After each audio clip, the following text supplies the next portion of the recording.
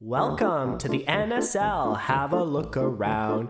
Any type of random game can probably be found. We got S ranks and F ranks and nerds in between. If you think this is a serious game, then soon you will see. Welcome to the NSL, please enjoy your stay. Would you like to learn the meta or make gateways in their main? There's no need to panic, this is not a test. Just sign up with the Google form and we'll do the rest. Welcome to the NSL, what would you prefer? Would you like to play it standard or play like a cheesy jerk? Be Zerg, or be Protoss, or be Malding all day. We got so many people who are willing to play. Welcome to the NSL, put your cares aside. Let's learn how to boost your minerals and optimize your time. Learn some hotkeys, patrol click, and some SCV tricks. Then die to a bunch of speedlings running past your wall because you didn't do the right building placement. Welcome to the NSL, stop practicing with rank. There's a whole new pool of wacky maps you think are pretty jank. There are backdoors and islands and abusable cliffs. Don't be so pretentious, you will like them, you bitch. See a 6 played against some greedy Zerg who leaves. Put your barracks in the center and then lose to 9 full speed. Build a scout to meme around, then lose to a worse guy. And now you tell yourself to play it well, but when you try, you still lose somehow. Watch a guy make 20 sunkens, try to play like queen. Do a rush, but they have bunkers, you forgot to make lean speed. Watch the casters roast you, but they also play like ass. And still be sad despite that if you aren't in next week's draft.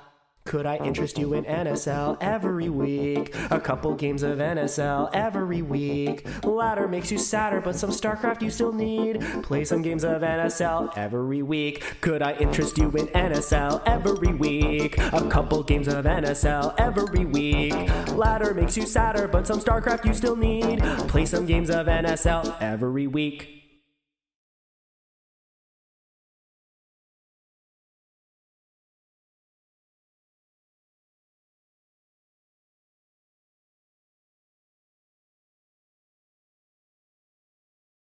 Welcome to the NSL, have a look around. Any type of random game can probably be found. We got S ranks and F ranks and nerds in between. If you think this is a serious game, then soon you will see. Welcome to the NSL, please enjoy your stay. Would you like to learn the meta or make gateways in their main? There's no need to panic, this is not a test. Just sign up with the Google form and we'll do the rest. Welcome to the NSL, what would you prefer? Would you like to play it standard or play like a cheesy jerk? Be Zerg, or be Protoss, or be Malding all day. We got so many people who are willing to play. Welcome to the NSL, put your cares aside. Let's learn how to boost your minerals and optimize your time. Learn some hotkeys, patrol click, and some SCV tricks. Then die to a bunch of speedlings running past your wall because you didn't do the right building placement. Welcome to the NSL, stop practicing with rank. There's a whole new pool of wacky maps you think are pretty jank. There are backdoors and islands and abusable cliffs. Don't be so pretentious, you will like them, you bitch. See a 6 played against some greedy Zerg who leaves. Put your barracks in the center and then lose to 9 full speed. Build a scout to meme around, then lose to a worse guy. And now you tell yourself to play it well, but when you try, you still lose somehow. Watch a guy make 20 sunkens, try to play like queen. Do a rush, but they have bunkers, you forgot to make lean speed. Watch the casters roast you, but they also play like ass. And still be sad despite that if you aren't in next week's draft. Could I interest you in NSL every week? A couple games of NSL every week. Ladder makes you sadder, but some StarCraft you still need. Play some games of NSL every week. Could I interest you in NSL every week? A couple games of NSL every week. Ladder makes you sadder, but some StarCraft you still need. Play some games of NSL every week. Welcome to the NSL, have a look around. Any type of random game can probably be found. We got S ranks and F ranks and nerds in between. If you think this is a serious game, then soon you will see. Welcome to the NSL, please enjoy your stay. Would you like to learn the meta or make gateways in their main? There's no need to panic, this is not a test. Just sign up with the Google form and we'll do the rest. Welcome to the NSL, what would you prefer? Would you like to play it standard or play like a cheesy jerk? Be Zerg, or be Protoss, or be Malding all day. We got so many people who are willing to play. Welcome to the NSL, put your cares aside. Let's learn how to boost your minerals and optimize your time. Learn some hotkeys, patrol click, and some SCV tricks. Then die to a bunch of speedlings running past your wall because you didn't do the right building placement. Welcome to the NSL, stop practicing with rank. There's a whole new pool of wacky maps you think are pretty jank. There are backdoors and islands and abusable cliffs. Don't be so pretentious, you will like them, you bitch. See a 6-8 played against some greedy Zerg who leaves. Put your barracks in the center and then lose to 9 full speed. Build a scout to meme around, then lose to a worse guy. And now you tell yourself to play it well, but when you try you still lose somehow. Watch a guy make 20 sunkens, try to play like queen. Do a rush, but they have bunkers, you forgot to make lean speed. Watch the casters roast you, but they also play like ass. And still be sad despite that if you aren't in next week's draft. Could I interest you in NSL every week? A couple games of NSL every week. Ladder makes you sadder, but some StarCraft you still need. Play some games of NSL every week. Could I interest you in NSL every week? A couple games of NSL every week. Ladder makes you sadder, but some StarCraft you still need. Play some games of NSL every week. Welcome to the NSL, have a look around. Any type of random game can probably be found. We got S ranks and F ranks and nerds in between. If you think this is a serious game, then soon you will see.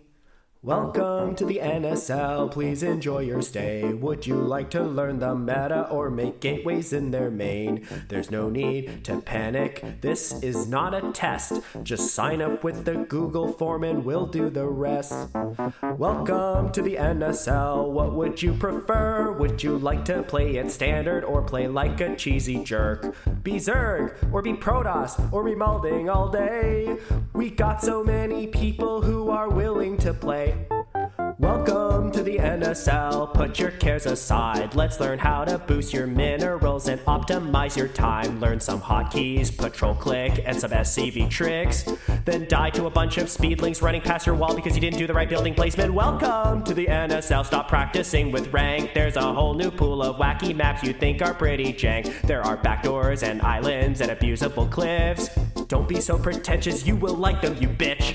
See a 6-8 played against some greedy Zerg who leaves. Put your barracks in the center and then lose to 9 full speed. Build a scout to meme around, then lose to a worse guy. And now you tell yourself to play it well, but when you try you still lose somehow. Watch a guy make 20 sunkens, try to play like queen. Do a rush, but they have bunkers, you forgot to make lean speed. Watch the casters roast you, but they also play like ass. And still be sad despite that if you aren't in next week's draft. Could I interest you in NSL every week? A couple games of NSL every week. Ladder makes you sadder, but some StarCraft you still need. Play some games of NSL every week. Could I interest you in NSL every week? A couple games of NSL every week. Ladder makes you sadder, but some StarCraft you still need. Play some games of NSL every week. Welcome to the NSL, have a look around. Any type of random game can probably be found. We got S ranks and F ranks and nerds in between. If you think this is a serious game, then soon you will see. Welcome to the NSL, please enjoy your stay. Would you like to learn the meta or make gateways in their main? There's no need to panic, this is not a test. Just sign up with the... Hello. Oh my god. I didn't mean to do that. He was already on copium. Oh my god. I have hotkey problems. Apparently if I press 1, it changes to this screen. I don't know why. Anyways. Hello everybody. We are here with some NSL casts. Season 8. It's in the game. Yeah. We're not gonna do any team versus team in particular. I think the way CPL used to do it, or the way you do it in CPL is like you just cast like an entire tier, but we don't really have tiers. Yeah, we don't just have kinda- rules. It's just kind of matchmaking, right? Yeah, kind of. So I don't know. There are a bunch of games in the casting spreadsheet that are highlighted as good games to cast, and I think we're just gonna do those ones. Or just gonna pick and choose from them. And the first one that I want to watch is going to be minirennac versus AZK. So I'm just last minute setting some things up for. Just kidding, I can't do that yet. All right, we're going to set it up right now. So give me 2 seconds. Okay. It's gonna be a PVZ.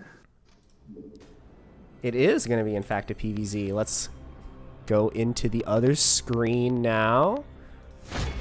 Here we go. Look at that. It's there we go. Here we go. Okay, wait. I need to I need to do the scoreboard. I need to do the scoreboard. Champion is explaining how he's doing it with his wife. It's not good, but it's short.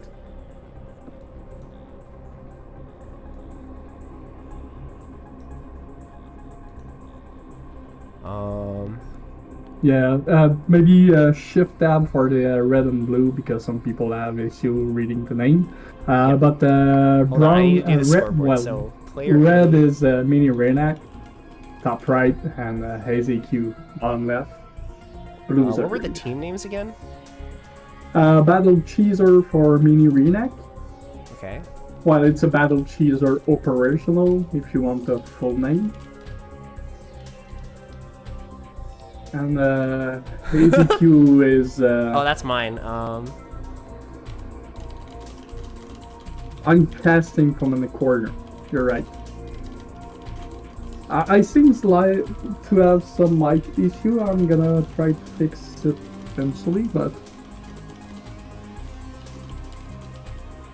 Is it better? Or the cast now?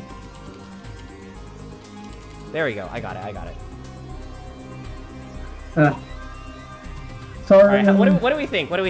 About that time I got reincarnated into the StarCraft universe and forced to play every week for a team name. A team whose name I didn't vote, or else my balls get electrocuted. Yeah, that's our full team name. Yeah, have you signed up? That's the thing at the bottom right. Yeah. It is Esk casting, by the way. It is Esk. NCX, I shaved my bird today. Well, clipper. So it's pretty thin now. So, without further ado, minirennac spawning at the top right corner. Of course. And our good friend AZK spawning on the bottom left. Or which team? Sorry? Which team is AZK? What do you mean? Oh, AZK is place for team. That time I got reincarnated into the StarCraft universe and forced to play every week for a team whose name I didn't vote for, or else my balls get electrocuted. No, that's Vile's team, by the way. This is my team. The team that time I got reincarnated into the StarCraft universe and forced to play every week for a team whose name I didn't vote for, or else my balls get electrocuted. That's me and Vile's team. Yeah. All right. So. No Forpool, Crossbound. The map is what was this? Following of the comet, the fall of the comet. I don't remember the name of the map. Oh my God! What is the map? It's not Butter. Yeah, it's not Butter. It's Polestar. This is Polestar. Yeah, is it? Was Polestar the map number 1? And it's not the CPL 11 quarterfinals either. This is NSL 8. Shit. I mean, shoot. No, it's Tears of the Comet. Oh, this is Tears of the Comet? Well, they were supposed to play on that one. I think this is it. Oh. Wait, yeah, Polestar? Isn't Polestar like a ladder map? Polestar is the Nazi map. Oh, yeah! Okay, I remember. Okay, I remember now. Oh yeah, Vile. Let me know if I messed up our team's name, because this is completely from memory. I didn't like look at our team's name or anything. This is just I can look for you while you cast the rest. Yeah, sure. So it looks like it's just Overpool from AZK. Meanwhile, minirennac going for a Forge fast expand. Everything looks really standard. Yeah. This map also probably the most standard map we have in our map pool. So everything looking very much just like normal. You have to say the acronym too. Oh my, the acronym is TTIGRITSUAFTPEWNIDVFOEMBG. Yeah, put that into Artosis's tier list. Do you guys see Artosis he did like a let's rate like the guys in the chat like abbreviations tier, like TTS abbreviations tier list with his wife. Oh yeah, I remember seeing that. That was crazy. So funny. It was like, that's the guys in the chat I have in my stream. That's the average Artosis chat. He's so proud of his guys in the chat. It's like, yes, this one is sunny with clouds and sky. That's a legendary one. S tier, right? So Forge, fast expand, 1 cannon. What do we have at the bottom left from, is that a proxy? Oh, yeah, proxy. It looks like it's a proxy gateway. Oh my god, I can't believe I missed that. Holy shit, proxy gateway in his base! He's doing a Lana is up build. And Lana is up usually does it later in the game and spawn Dark Templar out of it. Dude, this is crazy. He literally like has vision to all on all 3 sides. He could cannon rush the bottom right base there. Just put cannon on the edge. And oh, is he gonna lose the overlord? No, he's gonna save it. I remember seeing a rush very similar to this in like first week of CPL. I like casted it. But it was like a cannon rush and like a proxy gateway at like the same time. And it like didn't work at all. It was I don't know. We'll see if this one works. This one seems a lot less committal. That's for sure. Yeah, he needs to get more zealot and Russian eventually. Does he go after you get 2? You still have the probes there hiding behind the gates. Oh, I didn't even see that. Oh my god, this drone if I were him, I would drop 2 cannons there and attack the mineral line from there. Oh my god, the Overlord's gonna see it though. The Overlord's gonna see it. Yeah, he's seeing it now. But what do you do? Does he really see it? I mean, okay, I guess he's supposed to see it, but he doesn't see it until until now. Oh, he's backing up with everything. 1 drone down. He needs to do a lot of damage because that's a lot of investment out of. Oh, yeah, he can't be satisfied with just like 2 drone kills. I think he only killed 1. To be honest, it wasn't even 2. Maybe 2. But he's not killing the gateway. It's like, okay, problem solved. I mean, minirennac is also a building later. Of it. I'm gonna deal with it later. Wait a second. And then comes a Dark Templar and kill all the mineral lines. There's 3 here. There's 7 here.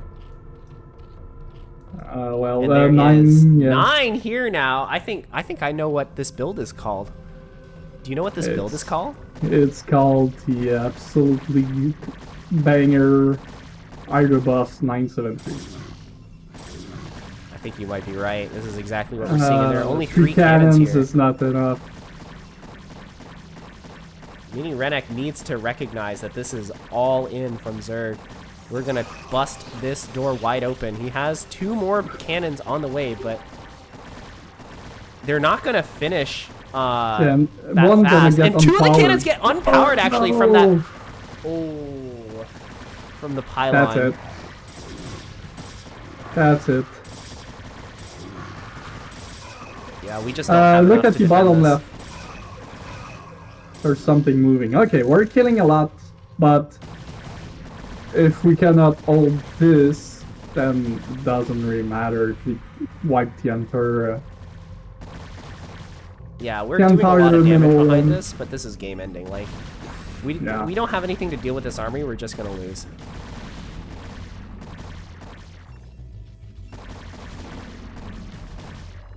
What do we have in the main at the top right corner? Do we have any? Okay, 1 gate, 1 cannon. We do have 1 cannon coming, so if Zerg like delays for too long.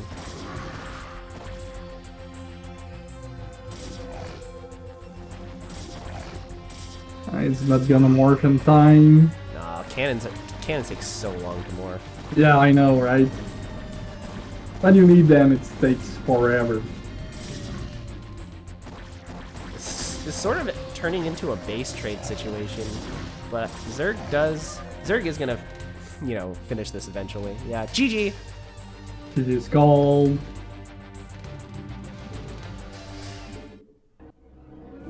Sorry, sound alerts are disabled, I think. Maybe? Hold on. It's a ripoff. I know. Okay, I'm gonna...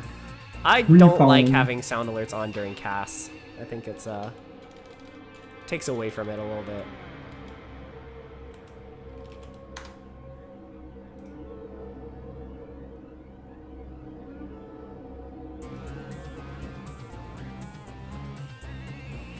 So we're gonna go to game number 2.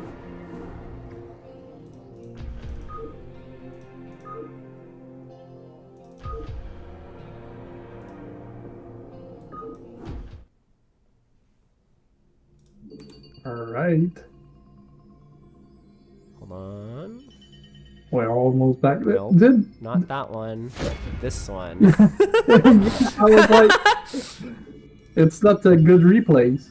Oh wait, no, this is me versus Rennac. Hold on. I should have just shut myself and look at it and you realize, hey, it was a PVZ and now it's a TVZ. What's going on?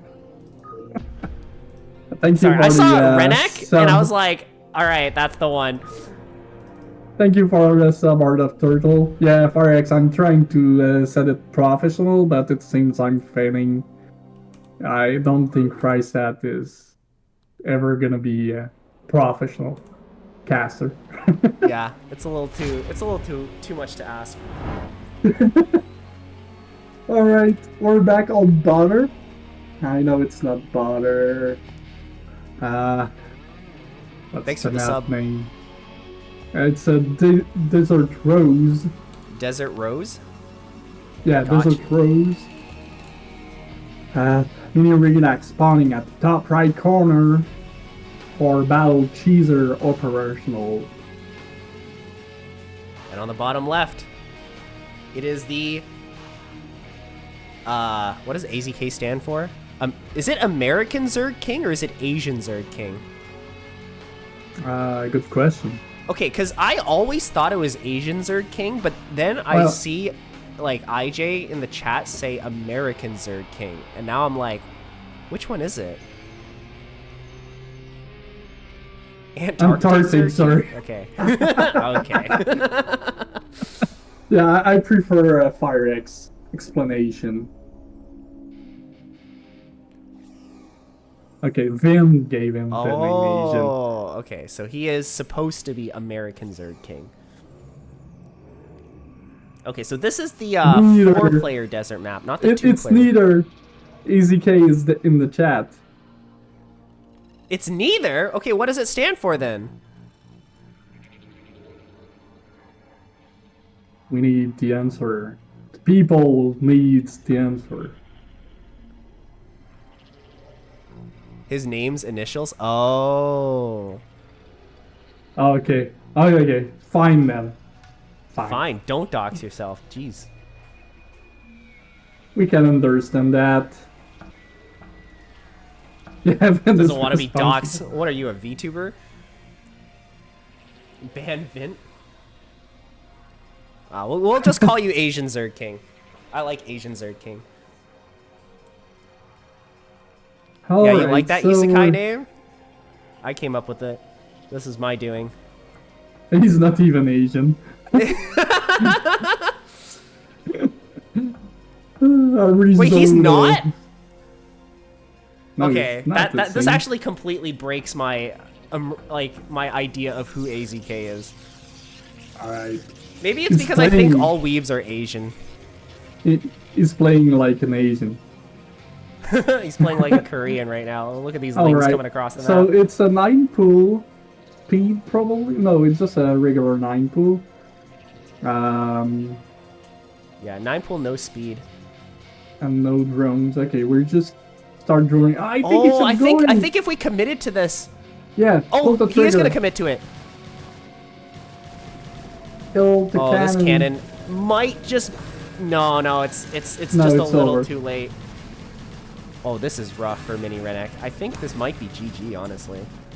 Well, no micro frontal lane, and he drone behind that. But it's definitely not in favor of minirennac. He's sending more lanes, right? At the yeah, he has 2 more here. 2 lanes, by the way, are very scary, honestly. I like his hiding a hatch at the top left corner, too. Oh, cannons in the main. That's a desperate move right here. Toolings can definitely take care of it. Lings are so strong. Yeah, so it's gonna be 3 hatch with a hidden base on the top left corner for AZQ. Lings in the mineral lines, it's not good. He should poke the cannons, to be honest. He could kill it. I think he could have killed this cannon with the 2. Or at least forced all the probes to be pulled off for, like, literally Yeah, if he poke it and just massling, it was over. Yeah. Unfortunately, for minirennac, this isn't actually all in. Like, this wasn't a 4-pool. This was a 9-pool. So if AZK just goes for 973 right now, he just, like... That's like a mathematical victory for him. Yeah, I think he's gonna crush it. Champion is not a French-Canadian. I am the French-Canadian. Champion is from Ontario. That's why he called him AQK, right? Or sorry, AZQ. American Zerg Queen. American Zerg Queen.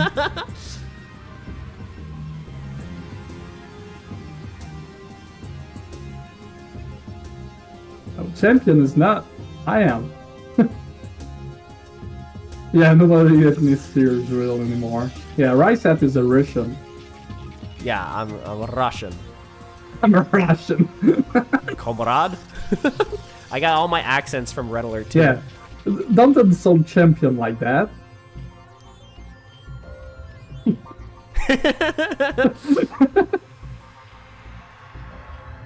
Alright, Hydras are now popping out. It looks like he's doing exactly what I wanted him to, which is the Hydras, 973.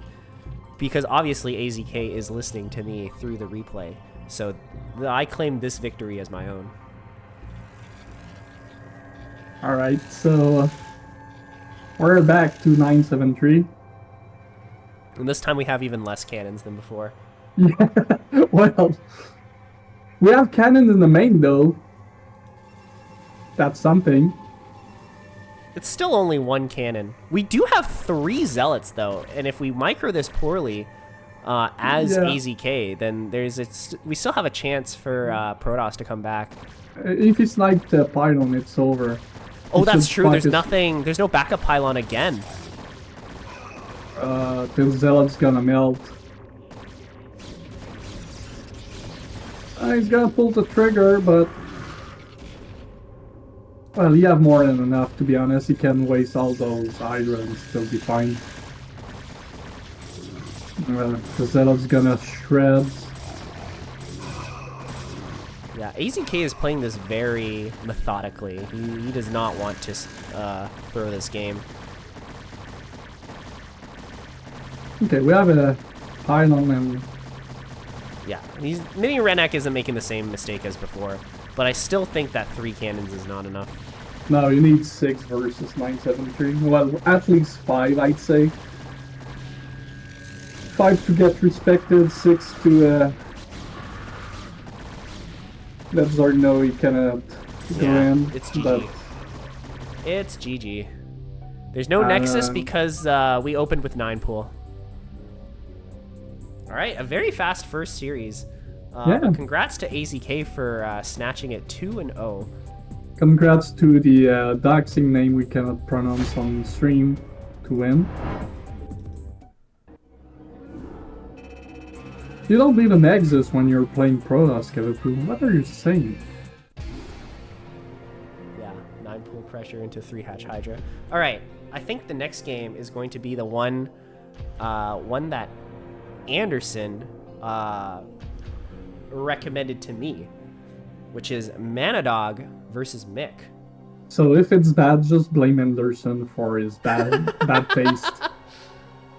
Hold on. So it's gonna be, so the 2 teams in this case is gonna be Vespine Junkies and Power Bottoms We Clap Back. Art of Turtle, Manadog playing Zerd for NSL. So it's a TVZ. And Mick usually TVZ is his best matchup. And Manadog Terran is usually like C rank, I'd say. So off phrase, you still have the mechanics, so I'm pretty sure it's like at least D rank with Zerg. Wait, I don't have the replays. Oh, you don't have Okay, so the replays. the thing that the replay pack that I downloaded doesn't actually have Manadog versus Mick. It has a bunch of other ones. Okay, let me... you can start casting another one then. I'm just gonna grab the replays unless you want to wait a little bit. You go it's find up to you. Okay, the other ones that I was gonna cast is... we're gonna do another one from... We're gonna do one from the other team, so it's gonna be... Alright, this is an even worse name to say as a caster than mine, but it's gonna be Penis Prophecies versus Fortunate Sunken. Fuck. And I think the one we're gonna do is gonna be G5 versus Cava. G5 versus Cava. Okay, so it's week number 1. Hold on, let me just set this up.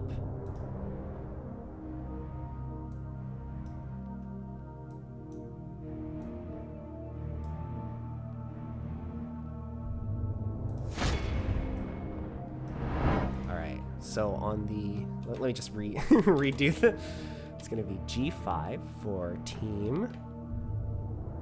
The replays, fuck. All right, Penis Prophecies. And team 2 is going to be Cava of Power Bottoms We Clap Back.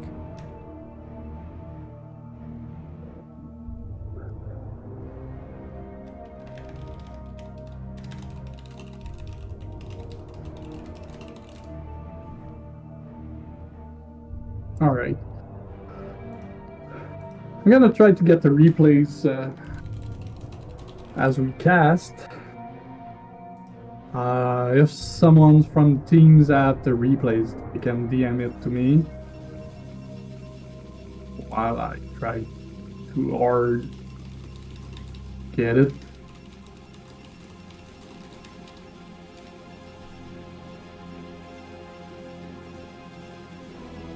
All right. I DM'd Anderson. Yeah, I DM Manadog and Mick Terran in the middle Okay. wall, so eventually someone's gonna have it. All right. Without further ado, let's say get into without G5. further ado. Yes. Sorry. Without further ado.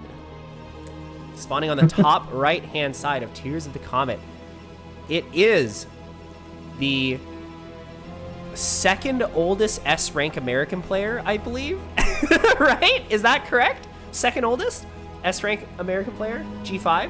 Well, according to Artosis. Yeah. You watched that video too, right? Yeah, I sent it to G5 too. No, I mean I ping him.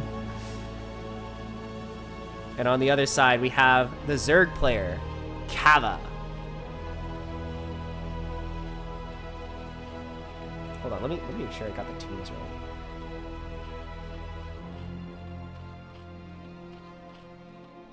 Oh no, I got the teams wrong. It's Fortunate Sunken. It's not Power Bottoms We Clap Back.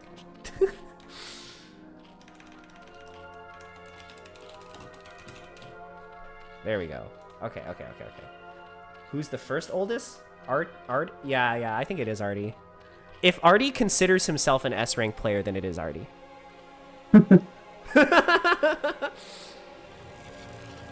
I think Artosis considers himself S-rank. So in his video, G5 is the second oldest S-rank player, and he is the first oldest. Okay, so Kevapu going... what G5 opening with? Probably Gateway. Okay, Forge. Yeah, Forge. He's gonna go Nexus before Cannons. I mean, the...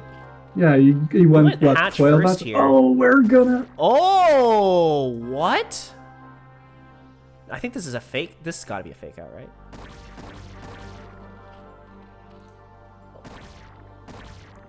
This is a fake out, but we did send 2 probes here, which is kind of crazy. Yeah, behind this, we are getting a Nexus. This is some G5 bullshit. I found the replays. Oh, okay, nice, well, nice. Thanks to Champion is the man that we all deserve to have.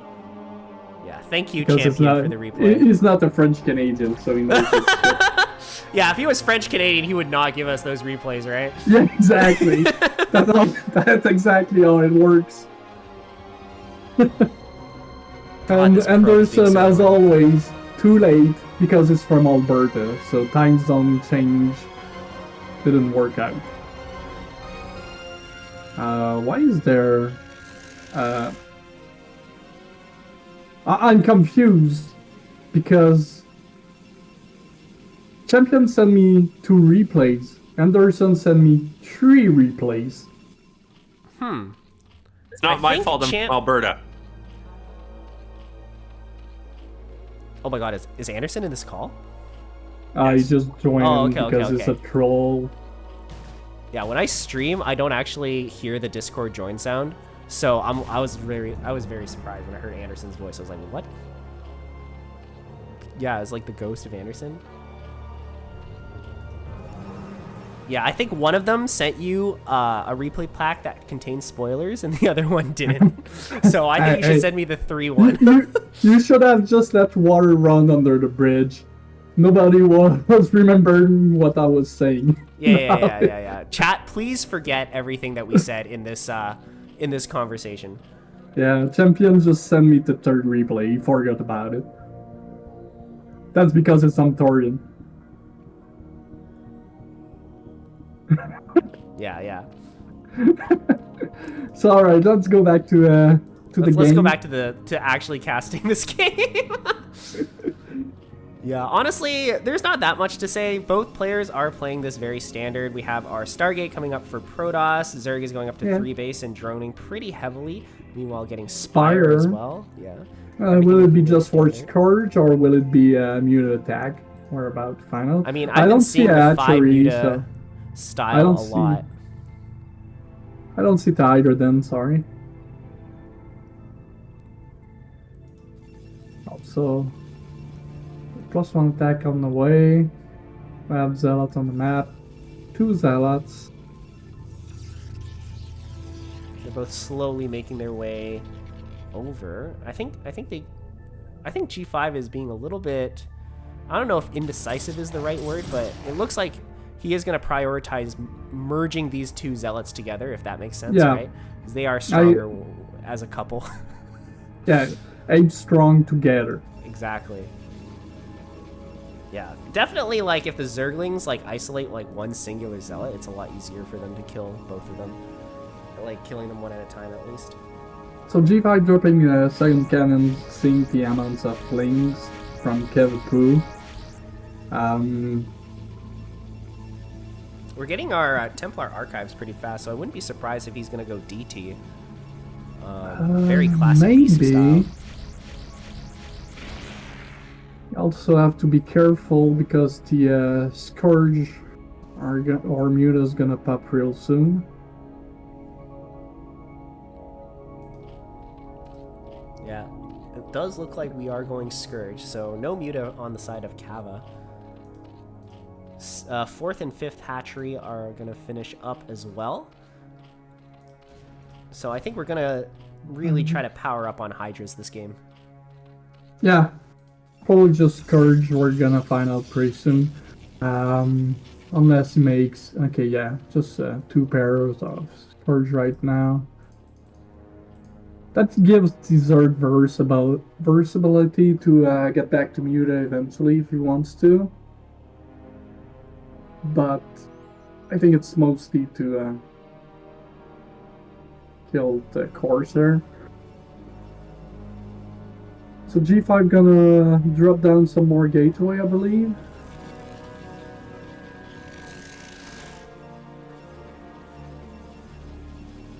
Yeah, out comes the DT. I'm surprised he's targeting these Lings first, but I guess... Oh, Cava could not sing about it because it doesn't get the sound alert from it. Yeah, that's true. And 6 kills already paid off for that Dark Templar already. And it's setting Kevapu on the back foot because you know DT is wandering around, so you have to put a overlord everywhere and a few units back.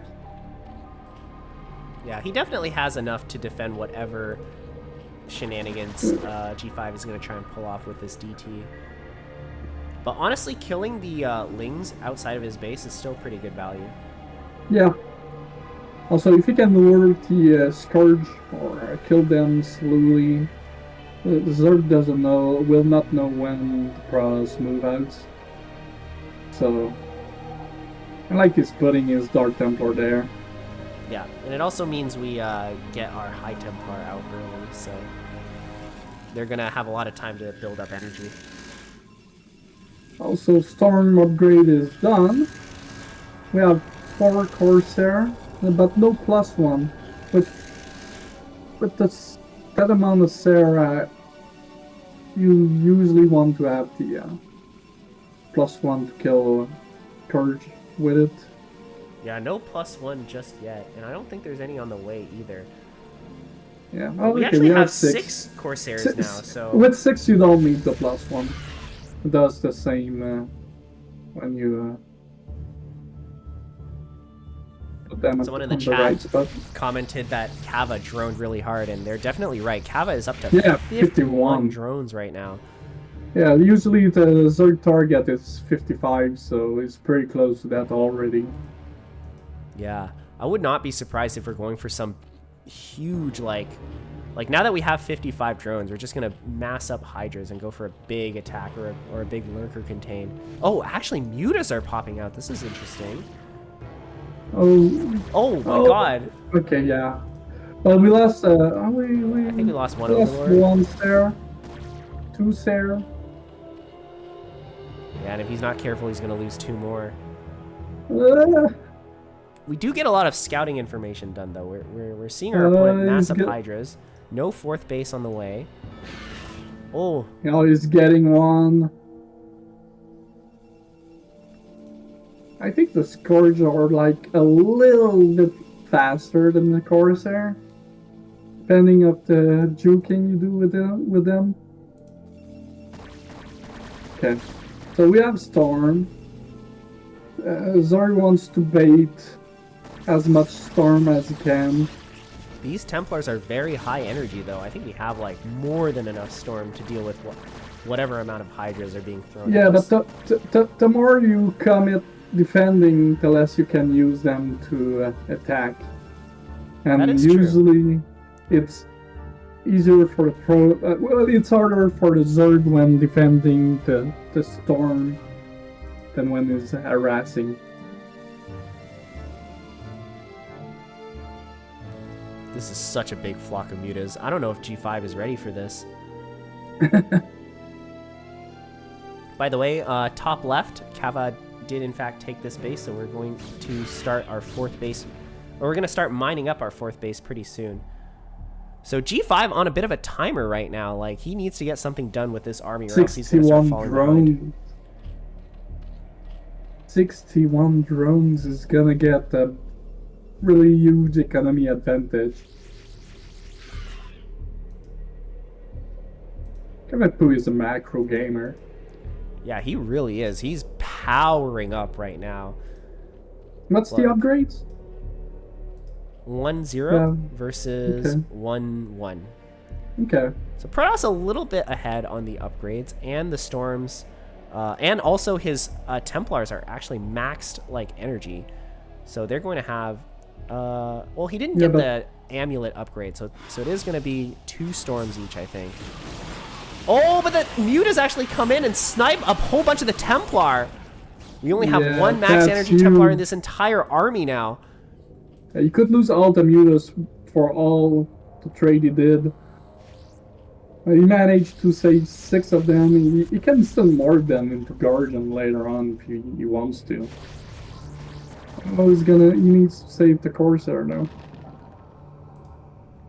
I think Cava is feeling confident at this point. He unburrowed his lurkers, and I think he's going to go for a big attack. Yeah, I think he's going to push Riston. Do we have an observer? They are getting caught, though. I don't see any observer. Okay, storm going down. Okay, we have 1 observer. Yeah, now that there's no more storm in this army, the real... It's starting to melt. Not looking super great right now.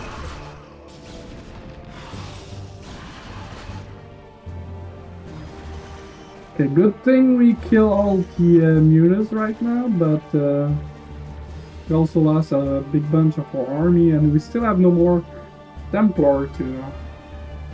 Okay, we got our 3rd base though, but no real defense there. Yeah, Zerg looking to be in a very dominating position right now. Protoss, the Protoss army just doesn't really have any muscle to go along with it. You really need the Templar to be able to threaten like any kind of engagement, because there's just so many Hydras. If we don't have splash damage, then the Zerg army is just mathematically better. Oh, good storm, but the Templar was isolated there. Oh, another one that just popped out gets sniped as well. But Protoss is actually winning the battle on the left-hand side. I think Cava's army is a little bit too split up, but he is going to come from the side and burrow the lurkers behind this army. The lurker contain is going to start like right away, I think. Oh! 3 of the lurkers are burrowed like very close to each other, but this Templar does not have enough energy for another storm, and the Zerg cleans up this army. Yeah, and all of the army, the supply from G5 is worker right now. This is a lot of cannons, though. This might be hard to break. Yeah, but there's a lot of Zerg too. Yeah. If those 2 cannons were there, it would have been a different story. Yeah, but now that the lurkers have burrowed, this base is just dead. We're down to 30 crows. 27. That's not looking great. Oh, we cannot be wasting storms, unfortunately.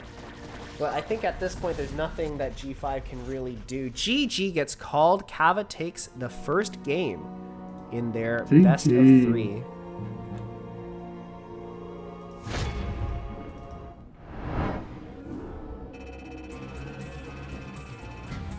Man, Cava was just a macro machine right there. Yeah, I do agree with chat a little bit. G5 did seem to be playing like pretty timid that game, not really putting on a lot of pressure like we're sort of used to seeing him do.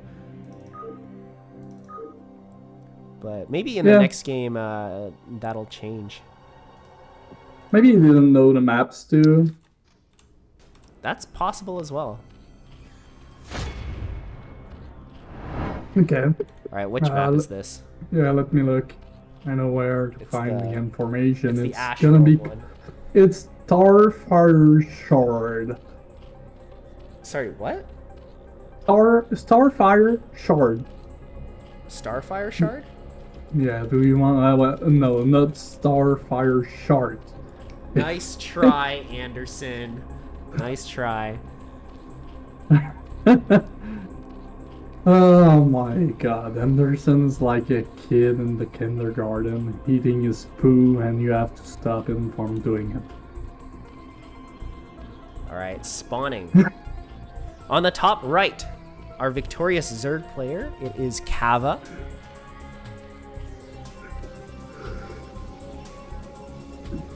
So, the map actually is, I think it's it's a 4-player map. It is a 4-player map, but are you going to do G5's intro? Yeah, sure. So, so G5 from the Penis Prophecy, which he find out the name for the team, which is AK and NACAT Captain, spawning on the bottom right corner of the map. Starfire Shard. So I really wonder if Penis Prophecies was democratically voted as their team name. Like, did the majority of that team's players vote for a name that's called Penis Prophecies? I wonder when they threw up the name, they say you have to raise it to vote for it. what do you mean? You know what I mean. Oh, this is not a family-friendly stream anymore. Yeah, you have to put the 18 plus on your. This is if I make a YouTube video, if I put this on my YouTube, I'm gonna have to check the not for children check mark. Well, just saying the team name already is. Oh yeah, you're right. I mean, we're already down that slope. Well, can't change it now. Okay, so gateway expand. Well, gateway for now. We got 2 zealots and a dream. Honestly, I'm liking this opening a lot more from G5. Yeah, I think Kevin doesn't he's gonna see it with the overlord right now. So okay, yeah, he's morphing more lanes. Yeah, I like this move a lot better. This because I feel like in the last game we really learned that if you don't put pressure on Cavapu, he is just going to like drone, yeah, drone, and he's gonna drone like no one has ever droned before, going up to 61 before like Protoss has even gotten it like his third. Like it's really something. Nobody's no more than droning than Cavapu.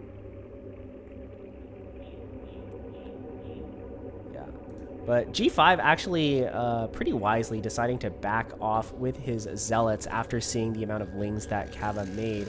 I think this move is very cautious from him. But I think I like that he sent a drone, a probe there, and still got the scouting information. Yeah, that's actually quite impressive. So him retreating with the zealots actually let the probe in because the lings were too busy chasing the zealots. We're putting a little bit of pressure on the gateway here. For a second I thought he pulled the probes, but I think they just had a weird transfer path. Yeah. Seems like the doodads are weird. Oh, it's gonna scout the third base location, maybe? You have to assume that Cava has a third base there, right? Maybe he doesn't know the map layout too. That's possible, yeah.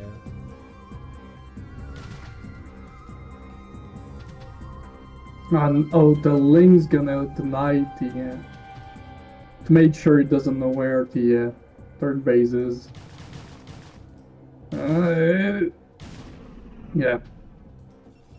He didn't put enough grease on that probe.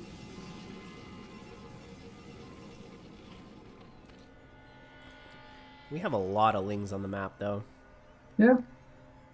Worker are pretty even right now, too. Yeah, all of these Lings are... If you don't play StarCraft, this is a very weird thing to say, but these Lings are not drones, so...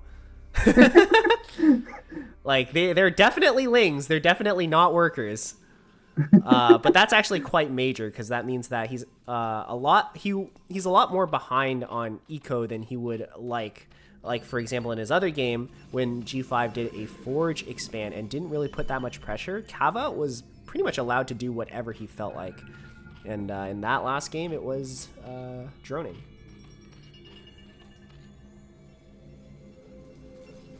Okay, so +1 on the way. We have 5 Zealot. I think he's purposely hiding 2 of the Zealot. Do we have more than 1 gateway in the main right now?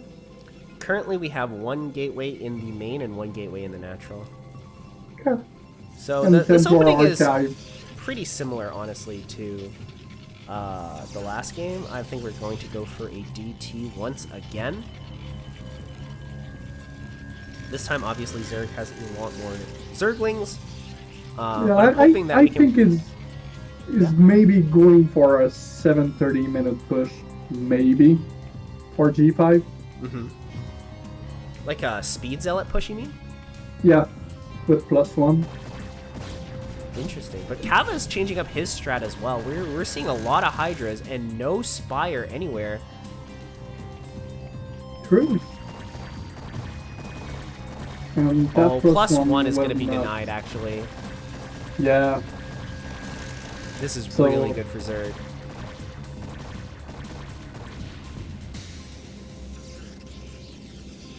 Dark Templar. Oh, and there's... Oh, the Overlord there is... Oh, he's seeing it now. Yeah. It was like kind of out. Skills. It was a little bit in like the perfect place where it wasn't like so far ahead that G5 knew there was an Overlord there, but it wasn't so far behind that it couldn't help the army. So it was just like, surprise, I actually have detection.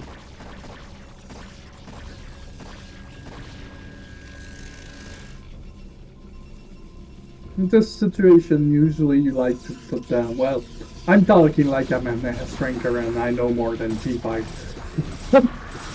From what I've seen in the mortal level, you like to drop down 2 Forge to get back on your upgrades because you lost. Okay, yeah, just 1 there. 2 Templars are already out. 1 does have enough for Storm, and I do believe the Storm upgrade had just finished. So I think G5 should be safe, especially since Cava isn't really committed to this. He's building a lot of drones behind this. Yeah, Begatten, I don't think he canceled it, but it refunded like 75% of the cost. So it's not that of a big deal.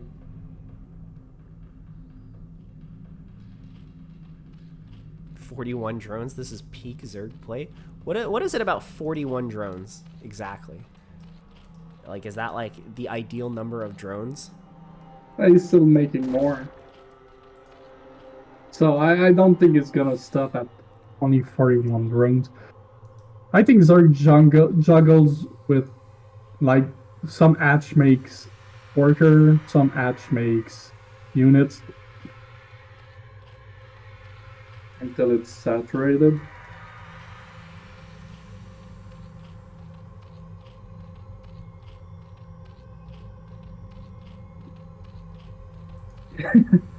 Stop now! 45 drones. What is it about 45D? And I think G5 is preparing to push out behind this as well. He's already started the process of making Dragoons. Yeah, maybe he's aiming for the 12-minute push then. Yeah, not going to be the 7-minute Zealot push that you were hoping for. Well, when the 7:30 minutes fails, you aim for a 12-minute push with everything you're able to make.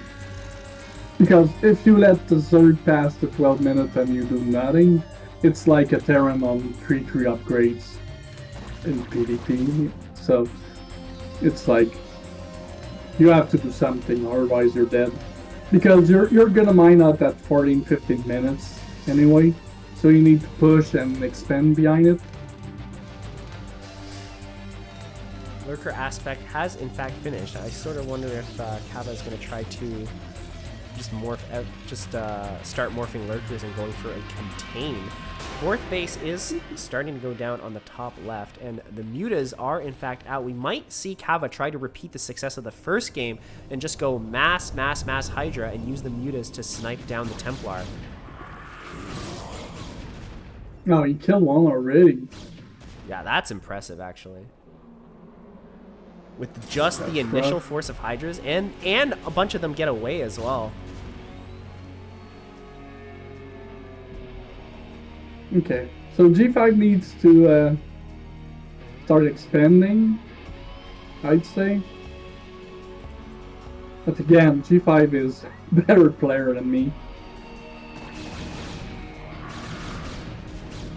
These engagements so far have been going a lot better, but it's all going to come down to the micro. Ooh. Let's see how these mutas do. So far, no High Templar have been killed. One of them dies. But it looks like these mutas are going to be finished off. And 4 High Templar are still going to stay alive. Meanwhile, the Protoss is plowing through this Zerg army. No detection, though? No detection? You don't need detection when you have Storm. Oh yeah, we heard the Hubs death sound, so... Do we have any storms left? Okay, good one. That was kind of a huge storm, though. Yeah, that was a good one. Where's our observers? He's dead and one more is coming, so... We're just like waiting for the reinforcement and we're gonna press it. This game is already looking so much better for G5. Yeah, it's... Killing all the mutas and minimal loss from the High Templar just switch the game balance. Again, a great storm there, kill the lurker, kill a bunch of Hydras.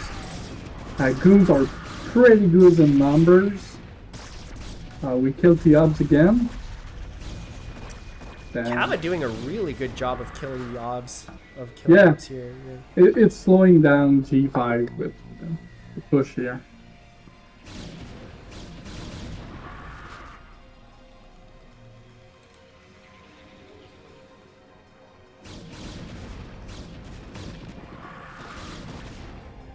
Alright, the lurkers are being moved up. But then they quickly retreat. I think Cava might have a really tough time stopping this attack. We now have 2 observers coming up, and there's just not that many units for Zerg. We're forced to retreat here. Oh, Scourge! Scourge into the observer. Yeah, kill one at least. We still have one, but he's gonna snipe it. Nice juke from G5. Well played by him. I think G5 might have done it. I think we're gonna go into game 3. Also, he's expanding the item. Yeah, GG for G5. Well done. Good push right there.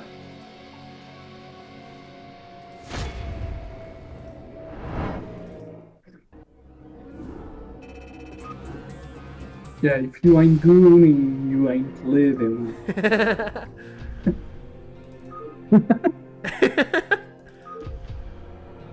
This is not a family-friendly stream, that's for sure. This is not anymore. Well, to be fair, most of the people playing StarCraft 1 is more than 18. Desert except Ronan and Archery Cake. I don't know if there is any... Desert Rose? Yeah, it's Desert... no, it's the other map, I think. Also, we're doing a proxy while you're searching for it. I think it's either... Oh, fuck. It's either Dragon Lair. Yeah, but it's Desert Rose because it has the NSL logo in the middle. Yeah, so 4 players map. It's a bit of a gamble going, I'd say 9-9 in the middle. I think this is center gates. Yeah, I think he should come into 2 gates, to be honest, so we're gonna see about it. Well, Cava usually do a 12 atch or something, so unless he does something different this game, which I think he's doing. Yeah, it's a pool first. Over pool. Gastric, yeah. So technically, we'll see. But the thing is, putting the gates... Oh yeah, it's a 4-player map, sorry. Oh my god, G5 just like casually cross scouts the correct location. He's that is the most Protoss thing. Center gates into correctly guessing that we're cross spawn. Yeah, but Cava's morphing 6lings. Like his spider sense is tingling. Well, when you see a probe that fast, especially coming from that position, if Cavapu really saw the probe coming from there, he knows it's not coming from the bottom or top right corner. So it kind of tells what's going on. And Citaling's going straight across.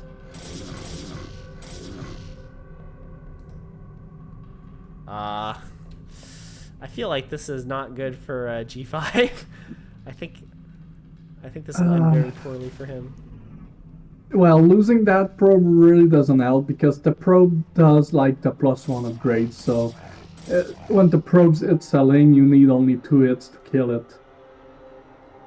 Okay, he's gonna go in front in the main, but the lane's gonna kill the pylon. And Cavapu at this point can just drop down a Sunken and the rush is over. If he wants to. Because if you kill the pylon and you drop a Sunken, there's nothing G5 can do about it. Is the pylon alive? Okay, nice micro. Okay. I think he retreat the lings. Okay.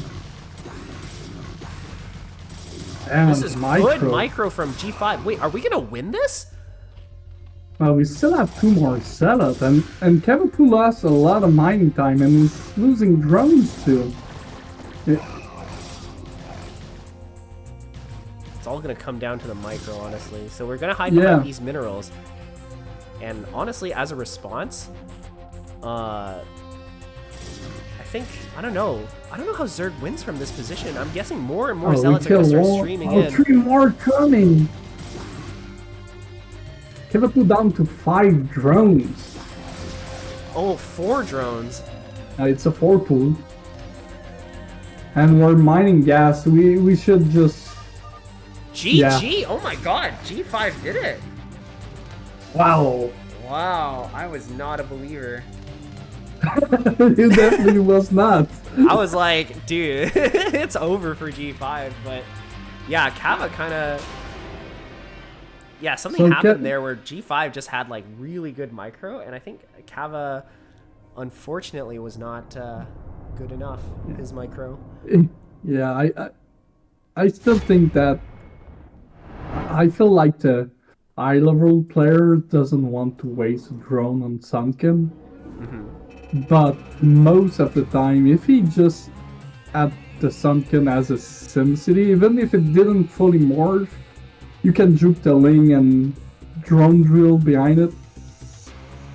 And he could have just killed the pylon with 2 lings or well, a few lings and come back, and the Sunken could have been morph or something, and it was a totally different game. Yeah. But again, Cavapu can just blast me, and it's impossible because of X and Y, and sure, I'm in that S rank, so sure you can blast me. But from what I'm seeing on the screen, that's probably one of the things that could have solved the rush here. Makes sense. Makes sense. All right, we're gonna run a quick. We're gonna do a quick break here. We'll be back in a couple minutes.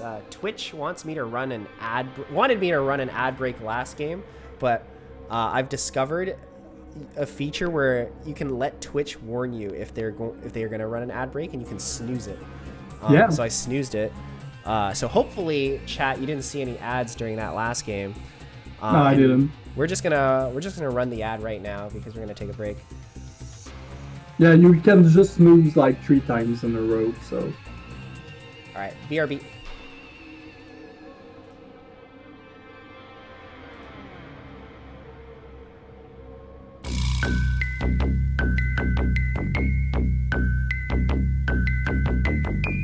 Yeah, test the 1 2 1 2. There's a little something for you, a little biatch. Watch my 3-3 C chain go bang. Wa da da dang, wa da da da dang. Watch my 3-3 C chain go bang. Wa da da dang, wa da da da dang. Tearing haters to be craters, tosses all up in my shit. Playing scared, you know you're dead. Going straight for arm detect. That bitch boy tried to end it quick. 8-bit goons with 8 right click. THEKHALA, that is where y'all act so late. Tearing haters in my face, trying to win with proxy gate. I scout your game, I bunker main. All your cowards leave the game. Your Zerglin rushers think they slick, knowing that they micro shit. All your lurkers wrecked and pissed. Gotta build a rush me, bitch. Link my way, I simply say, build a wall to make them pay. Talking smack up in the chatter, radiate your ass, bitch. I push out my base at 9, then all of you suckers die. I'm sieging my fucking tank and stealing your fucking rank. So watch my 3-3 C chain go bang. Wa da da dang, wa da da da dang. Watch my 3-3 C chain go bang. Wa da da dang, wa da da da dang. There's a little something for you, you little biatch.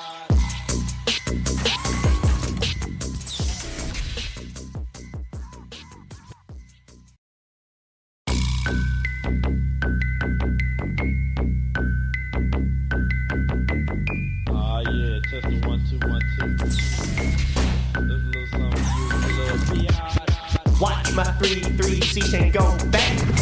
Wa da da dang, wa da da da dang.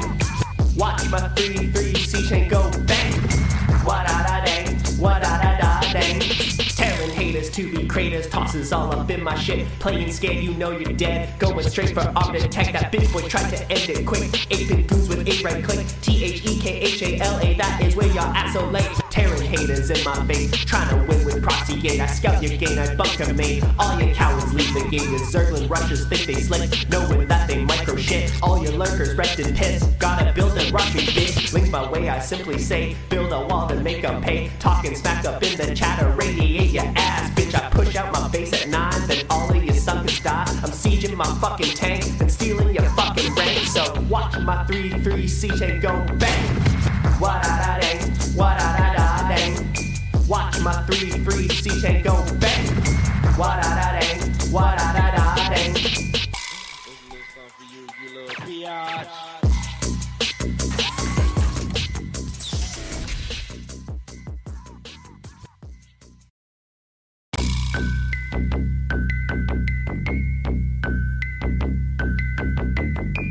Yeah, test the 1 2 1 2. There's a little something for you, a little biatch. Watch my 3-3 C chain go bang.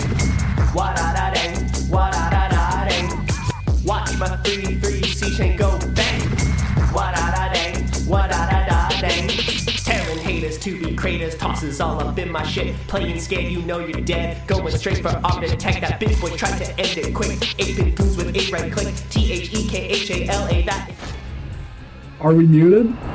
No, we are no longer muted. We started as we left. Yep. All right, so the next one is a special replay pack sent to us from none other than Nom_Anderson. No, it was champion. Well, I took the ones from Anderson. Okay, alright.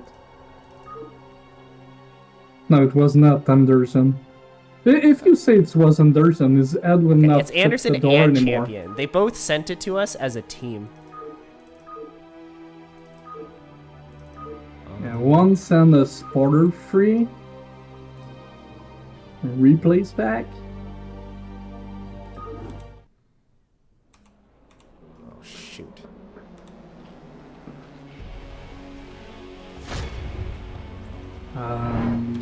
You're not sharing the screen.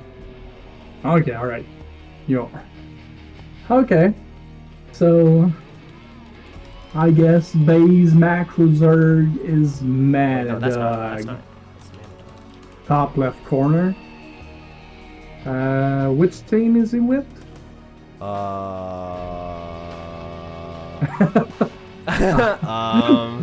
Vespine Junkies is Miss McTarran, and Power Bottoms We Clap Back is Manadog. Okay, alright. So Manadog playing Terran usually, but for NSL is playing Zerg. And on the bottom right corner, when the Rice had decided to move the screen, we have McTarran to TVZ Killer. Also a French Canadian.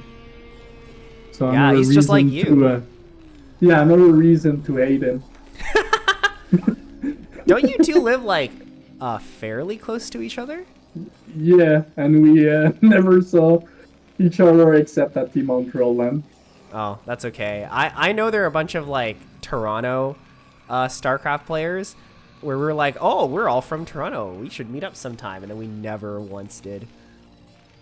Yeah, but the problem with McTarran is that he lives in Montreal, and Montreal is a hell. When you want to go there. I lived in Montreal for 4 months, and I very much enjoyed my stay. Yeah, I think it's fun when you live there, but when you want to go there, it's hell with the traffic, with the bridge, and the construction. Hell. Yeah, when we went there for Montreal, for the Montreal LAN, but I thought it was because the Montreal Jazz Festival was happening at the same time. You just jump back every time you go there, so it's the construction and the mayor just decide to put bicycle way. I don't know how you call it. Bike lane? Bike lane everywhere. So they remove some of the vehicle lane for bike lane instead. Well, so theoretically, if people actually use the bike lanes, then it will actually reduce traffic because but bikes nobody does that because they all live outside. The people working at Montreal lives outside of Montreal. That's the reality. So it makes no sense to make bike lane when the people just work there from outside of Montreal. I see what you mean. Look at these. Okay, aside from getting into politics, yeah, true. Manadog has in fact blocked the ramp with 2 drones, so McTarran isn't gonna see what he's doing. Isn't gonna be able to see what sort of build he's going for. Fortunately for him, or unfortunately, it is going to be pretty standard, although a little bit greedy because we do have this base coming on the bottom side. Anderson wants us to keep talking about civic politics in our StarCraft stream. It's PG rules now effective, so we gotta talk about it. If you scout that your opponent is going for 3 hatch before pool, can you actually punish it if you're just going for like a regular build as Terran? If you what? Sorry, I was replying. If you scout that your opponent did 3 hatch before pool, how do you punish it as Terran? Like, is there a way for you to actually punish it without changing your build, or without just not doing like the build that you did? Are you really asking a pros player about TVZ tactics? Oh, you're right. Actually, I forgot that you were a pro. Wait, I thought I was talking to like Gypsy for a second. I was like asking him a legit question. Well, I'm saying you should check your build for mech build instead. Yeah, just do mech instead. Okay, here's what I think. You could probably, with your initial couple of Marines, go out and threaten the Zerg. But I'm not sure if you can actually get there before the Lings pop out. So you might have to threaten it, but not actually commit to it. Well, two Sunken already, and the hatch will never be found out by Mick for ages. Yeah, this is a very, very, very good start for Manadog. And he dropped the Hydra there. So that's... yeah, this is a Hydra Den, actually, yeah. This is going to be some kind of lurker play. Yeah, when Mick gonna scan, he's just gonna see the lair and assume it's gonna be Mutas. So he's gonna make turrets like everywhere inside his main. And production and waste a lot of money out of it. And he sees 3 Sunken, so he knows he cannot really push. So he's still stuck there. Oh, he's scanning. So he sees the lair, the lair. Doesn't see the spider yet. But the thing is, maybe it's bluffing because he knows Manadog's not the main Zerg, so maybe his build order is not on point. So see, he's dropping the turrets. He's wasting a lot of money, and it's gonna be a lurker.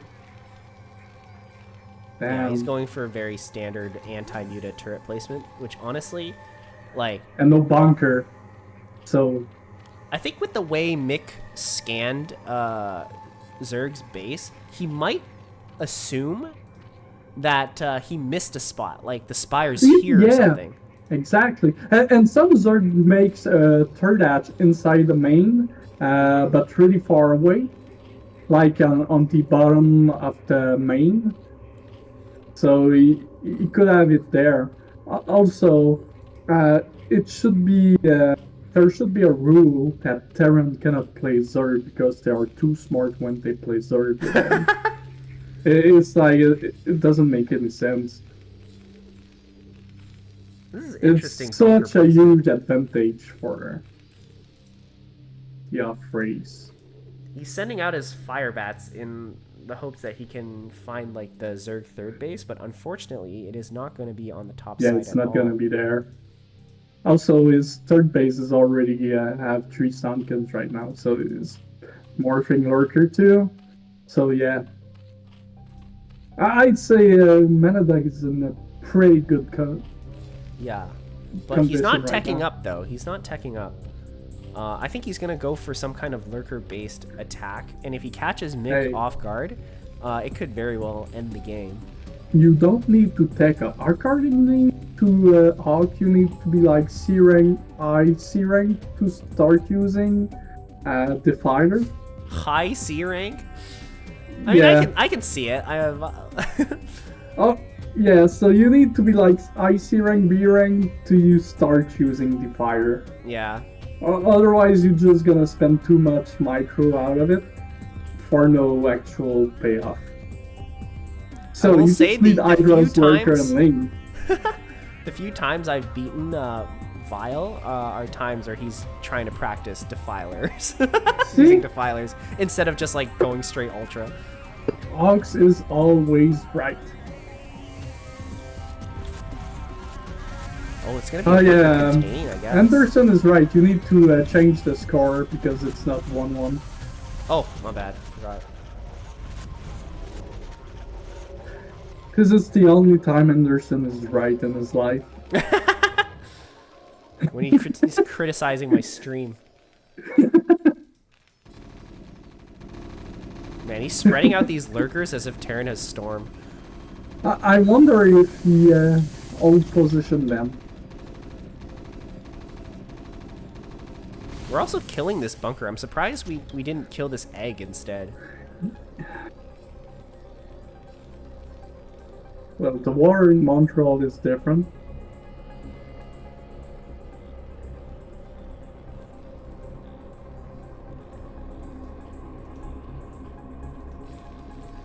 Man, I hate being contained like this as Terran with lurkers. Okay, he's gonna make siege tank, which makes sense. Okay, we're taking. We're getting to high. Will it be ultras? It's gonna be Defiler mount. Damn it! Is Meta like C rank plus with Zerg? If he lose, it's because of that. I swear. Escalade, I think you're underestimating just how good of a unit Defiler is, and just how good of a spell Consume and Dark Swarm and Plague is against Terran. Okay, so we'll see. Okay, it's not all position lurker. That's the first question answered.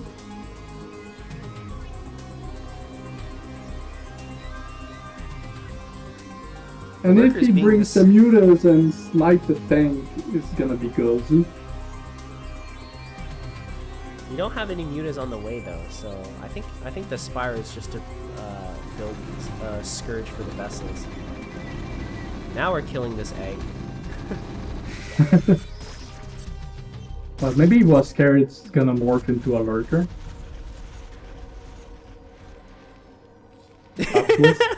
Lurker just suddenly pops out from the neutral egg.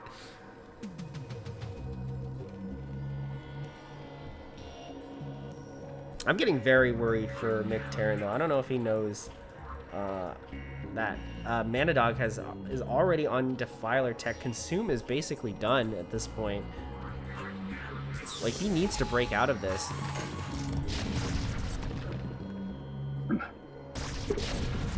Okay. We're doing a lot of damage to the Marines now. And we're also getting our fort base for Zerg, which is really good. Oh, tanks are a little bit too forward.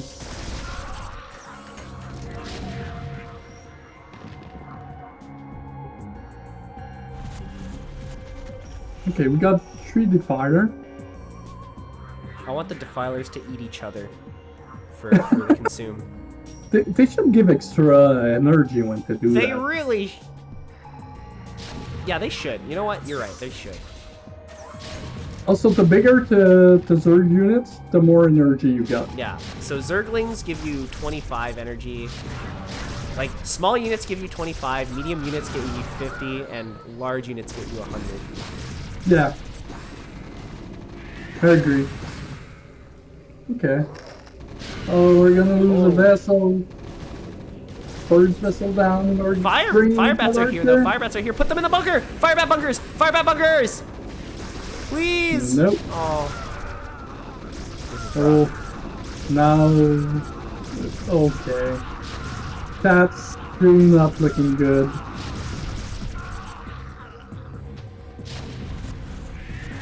Man, I wish Lurkers weren't literally invincible under Dark Swarm.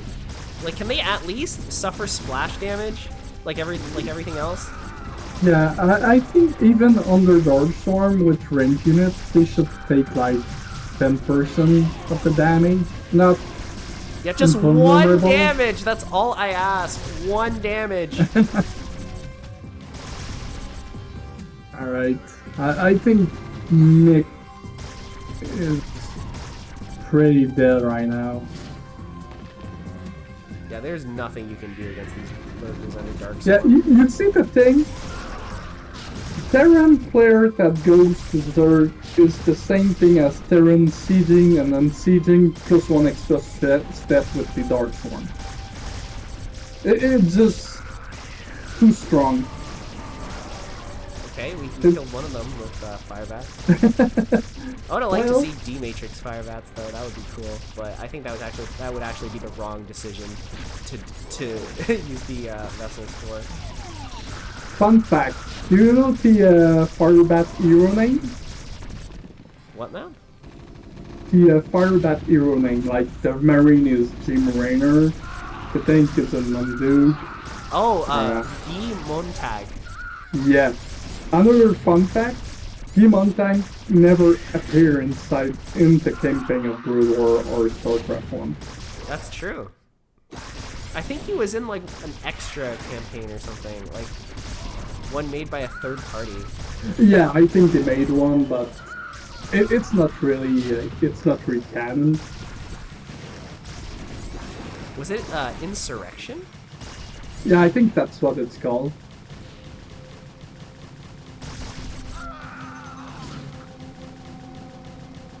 Yeah. Do you know the hero Reaver name? Oh my god, the hero lever. He's googling it. GG is called. Good job, Hero Manadog. Reaver. Yeah. I'm like, oh, I should know this. Warbringer. Warbringer. It's Warbringer. See, Warmonger. A Warmonger. Shit. Are you sure? Because I have doubts now. I flipped the wrong one. I think it's Warmonger. I'm so sure it's Warbringer.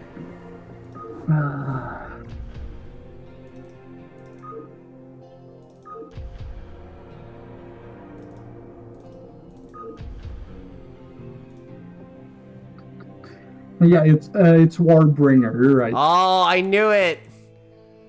Damn. Dude, never question me on my StarCraft lore. Do you remember what the hero overlord is called? I knew it in the past.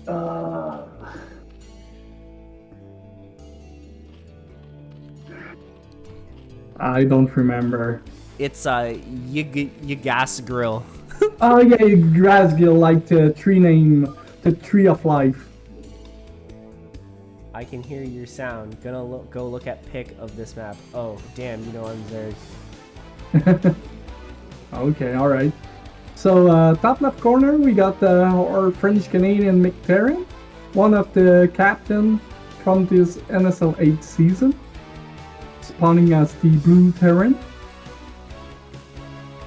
And on the bottom right, our based macro Zerg is, in fact, Manadog. And we did see him go for a based macro play as he did 3 hatch before pool into secret third base. With a secret base into secret lurker tech, into lurker contain, into defiler lurker push. So is Manadog a secret agent? Is he James Bond? What? Secret what?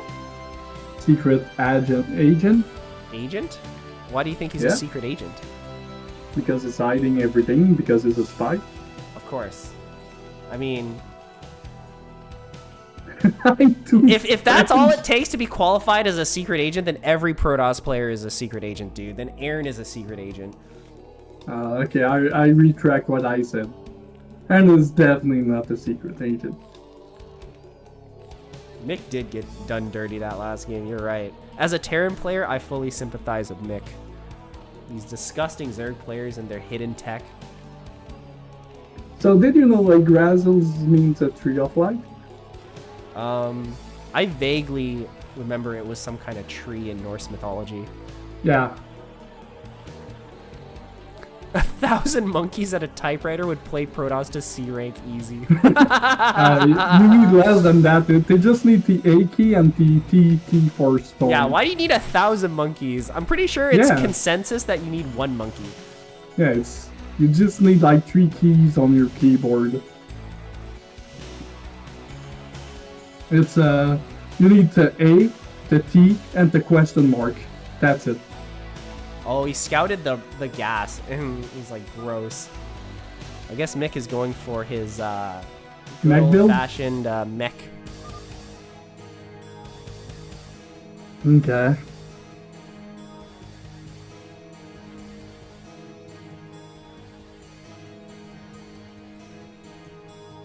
Do you remember who this hero scout was? That isn't Artanis. Oh, Artanis. There's another hero scout.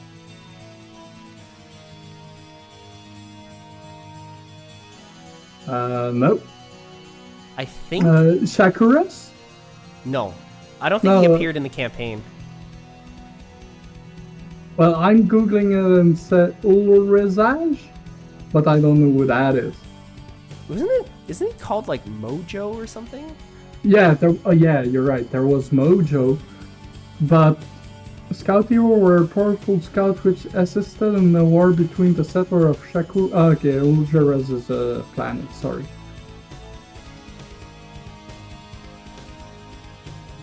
See, I remember the names of a lot of the random extra hero units because when I was a kid, I would exclusively play UMS maps. Yeah, right? And the UMS maps loved using the hero units. Mojo, Warbringer, Yggdrasil. If I recall correctly, Yggdrasil gave like 200 supply.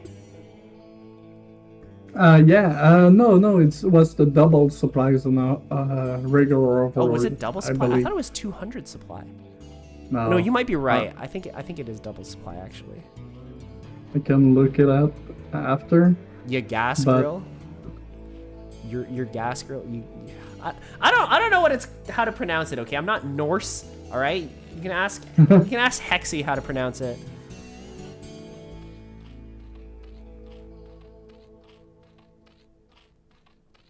All right, we have 2 vultures out, but a sunken has already finished, and we have lings sort of ready to block. But I think if Mick really wanted to go past, he could at least get 1 vulture through.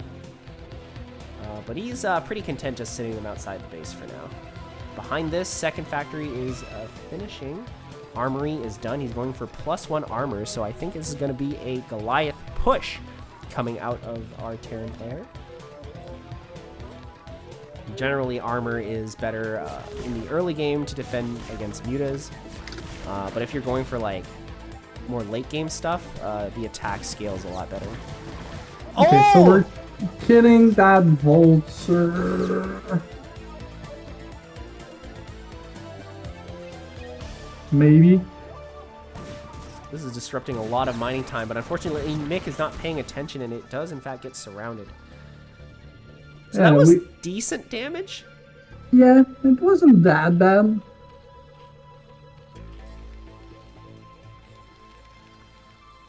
Okay, I'm gonna time out Neon Sword for 60 seconds. What did he do? He just talked.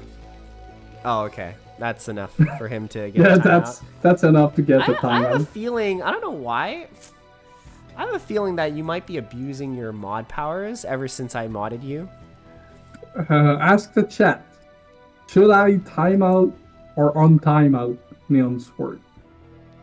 Chat will always be in favor of untiming out people. That's how they are. Alright, we have our mutas here, but the Karen boosters have already finished. I was gonna say blue missiles, but that's definitely wrong. Manadog suggested we mod Neon Sword. That's such a chat thing, dude. You guys are such guys in the chat. Are you from Artosis? Did I get raided? This is like such a random turret placement. They're not even like within the same line.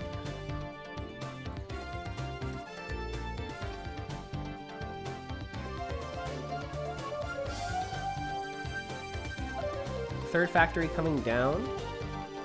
We're still producing Goliaths from these. No second gas. Are we not supposed to get a second gas with this build? Or did Mick just forget about it? Mick, are you supposed to get second gas? I guess Goliaths don't need that much gas. You should, yes. Okay. Are you really listening to Fuzzy Branch?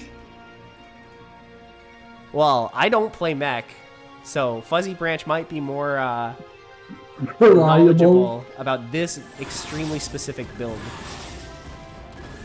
But yeah, mech is gas heavy, so you definitely need it.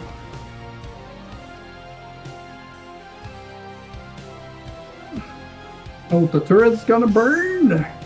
And Manadog showing his Muta micro skill. Oh, saved at the last minute. Did you see that? It had like 5 HP. Damn.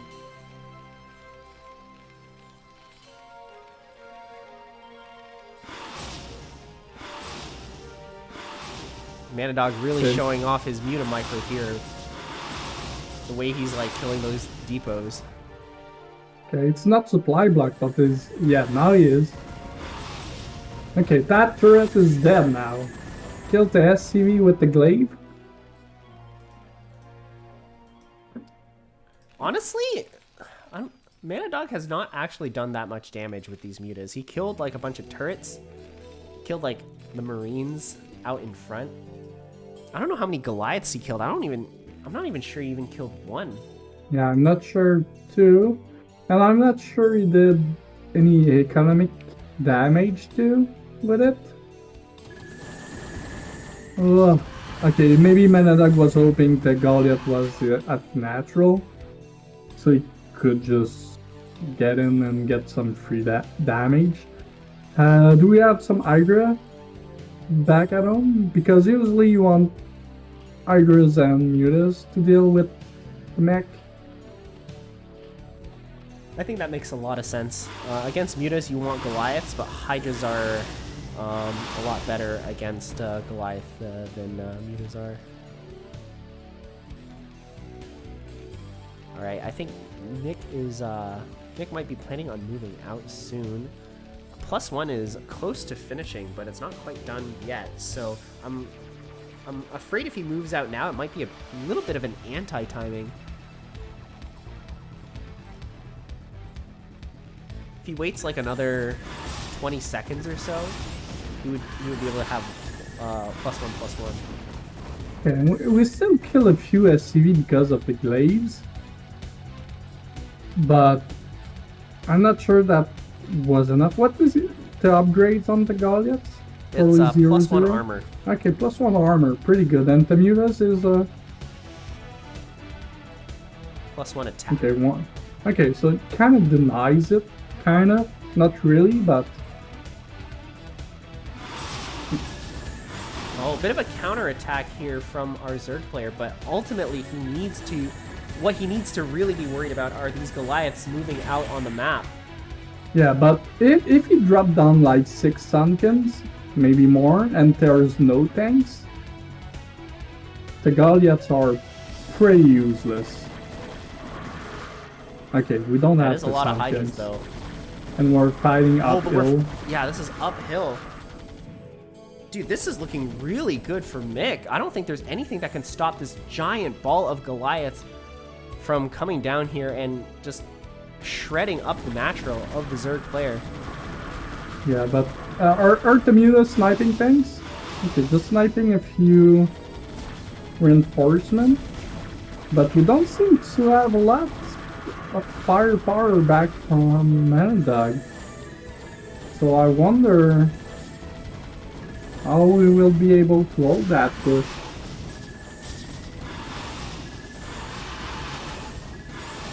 These are +1/+1 Goliaths. They are so strong. The Zerg drones aren't even being pulled off the worker line. Hydra reinforcements coming down from the natural. I think Manadog might just barely have enough to hold this.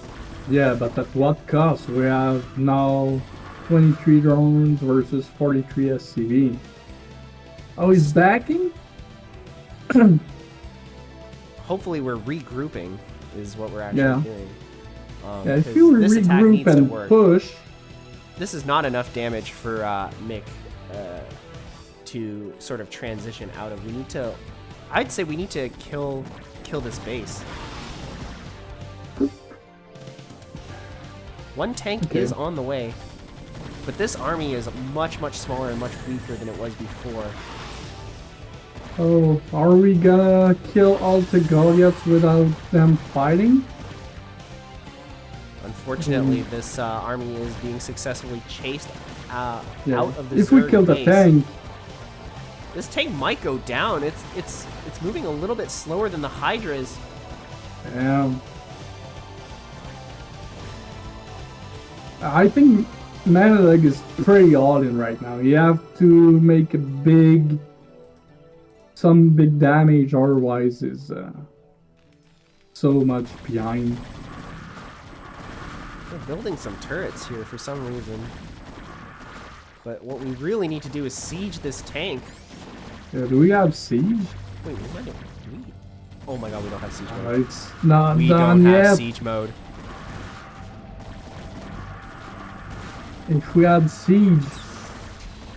Okay, there is, but I think it's Might too be late right now. Too late. And Yeah, no Manadog's mines done too. it. Siege didn't make! Didn't make! Damn!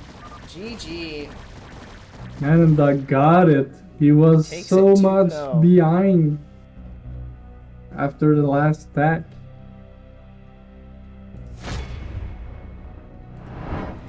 Alright, what should our next game series be?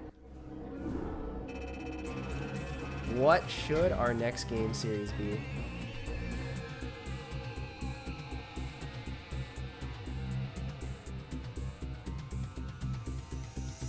What about, do we have Refrigerator versus Green? Neon Sword won this game cast.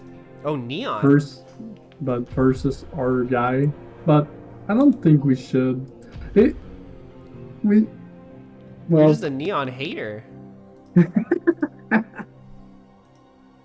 It wasn't highlighted, so I might not have the replay is the problem. I think I was only sent the replays that got highlighted.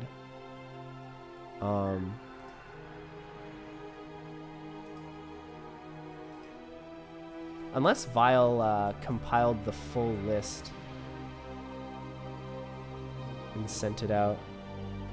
Or actually, I could also check in my Discord if they posted the replays. It was week number 2? No, this is week 1. Which team do you want? Neon, did you ever post the replays?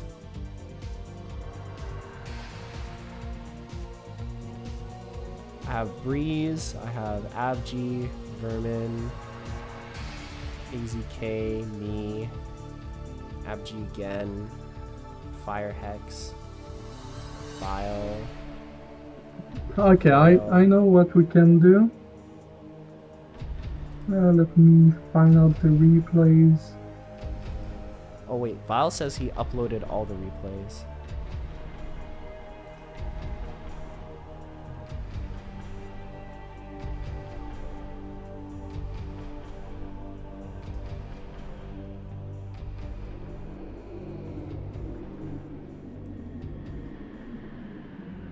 Did you upload them to the NSL 8 media team chat, or did you upload them to somewhere else?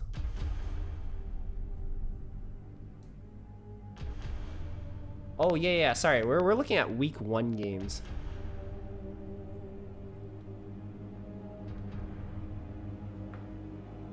NCX says my week 1 was good.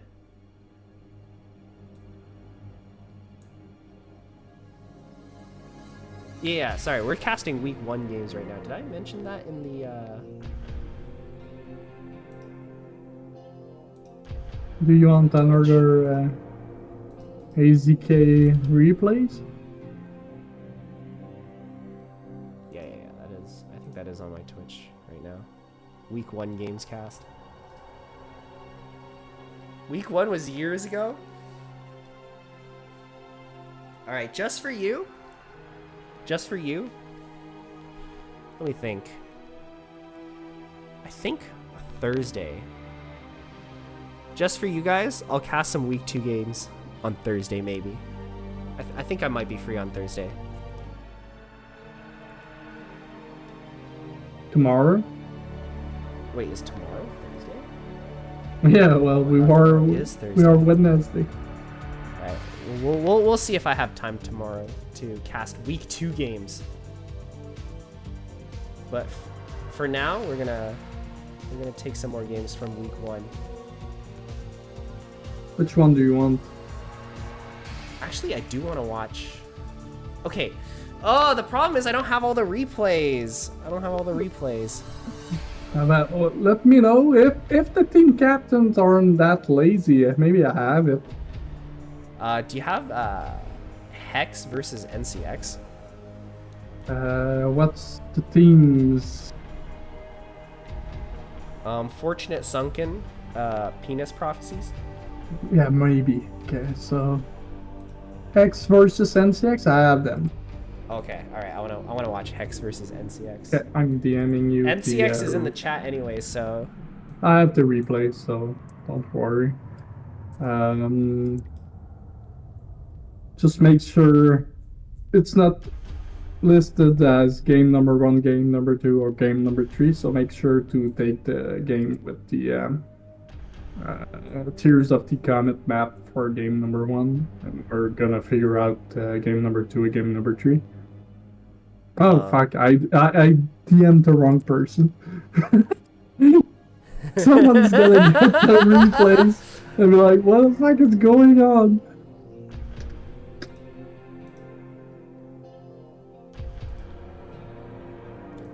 All right, let's do it. Well, it's almost as bad as you almost sending your password to to someone. Yeah.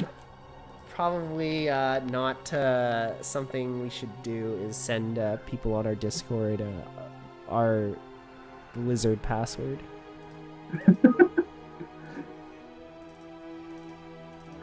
All right, I have the replays.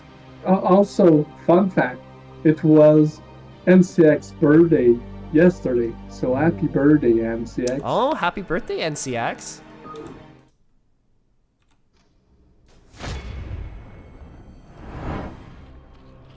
Alright. We have Hexe as the Zerg. Playing for... Who's Hexe playing for? I don't know. Oh my god, I have too many tabs open. Hexe? It's here. Power PP, which is PP team. Yeah, okay, Penis Penis Prophecy. Prophecies. Did Hexe vote for this name? I think she did. Why wouldn't a girl vote for a penis name? And NCX is Fortunate Sunken?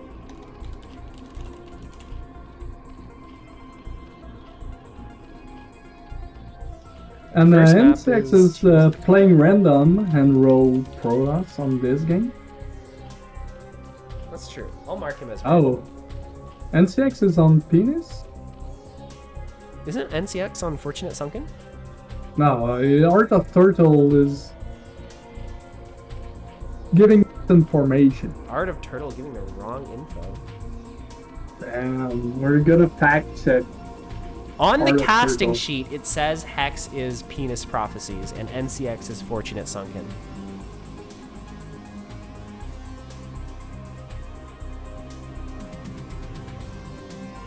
So, NCX scouting the bottom right corner, but doesn't find any opening there. Hex probably sending a drone on the top right corner. Because the overlord are gonna go bottom left and not gonna find out anything, so I have to rely on the drone. See, it's a Forge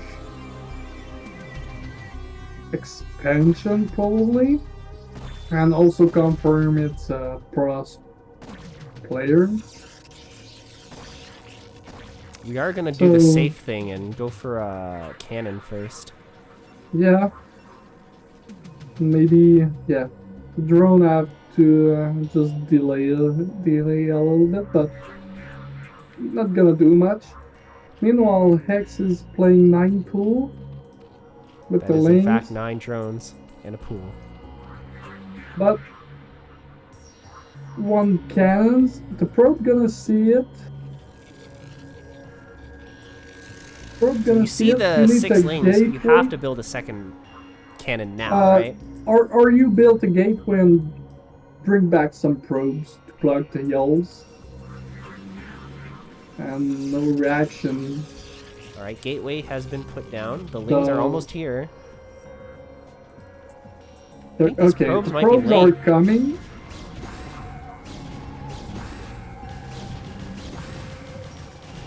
Okay, we're gonna hold the Oh, barrel. wait.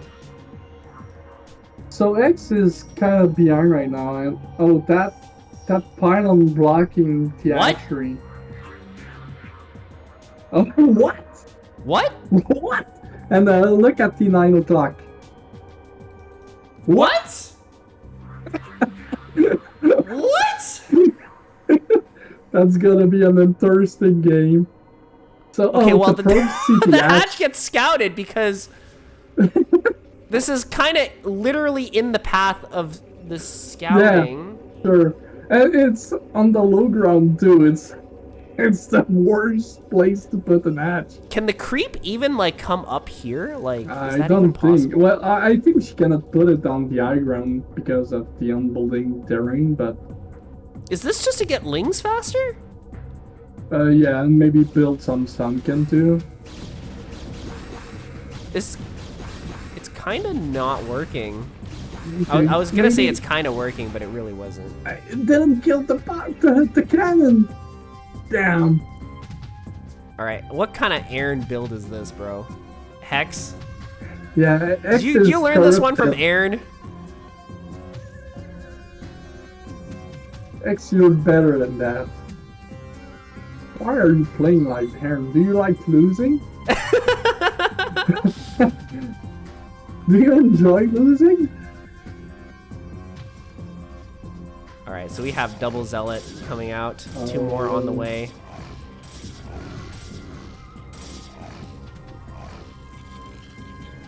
We're kind of throwing away all our lings, which we really can't afford to be doing considering this is happening.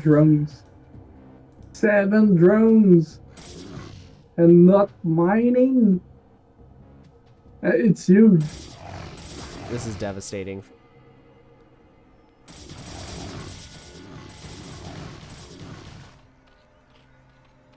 Honestly, I think the situation would not actually be that bad for Zerg if we don't have this hatchery here. I think so too. Because Protoss committed a lot to this attack. This attack is another player from UPL. 5 drones, 4 drones, yeah. GG's call. Trying to cheese a cheeser is not usually a good way.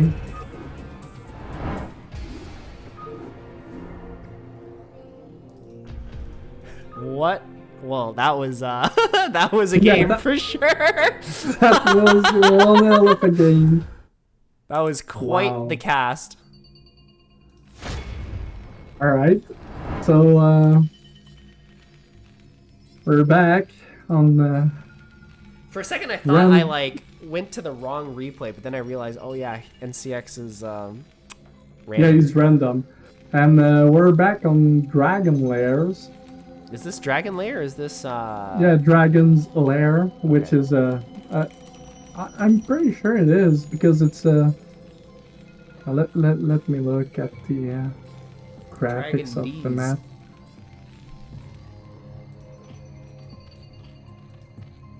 Yeah, we're gonna find out, but I'm pretty sure it's Dragon's Lair.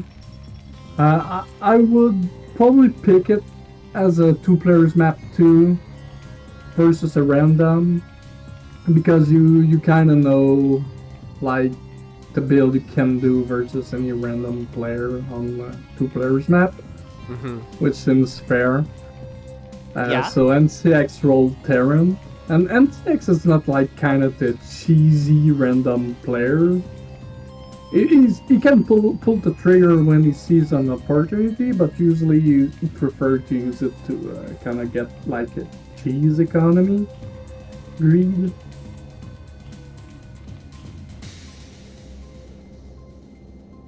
So yeah, no logo in the middle, so it's Dragon's Lair. Yeah. Also, I think Desert Rose has a very small main base. Yeah, you're right. It's the Desert No Room? August Grad. Oh, Pride of August Grad. Oh, that map. It's based on August Grad because Aaron asked Suri to make an August Grad kind of map. What? Aaron? It's Aaron's fault? Of course. Blame him. Of course. Of course it is.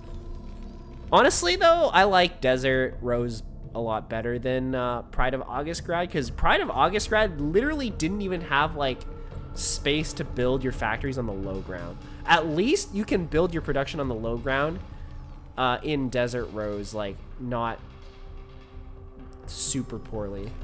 Because I remember it was really weird in August Grad. It was made by Cookie, which is a pros player. He doesn't care about your factory. But don't you need to put your gateways down as Protoss?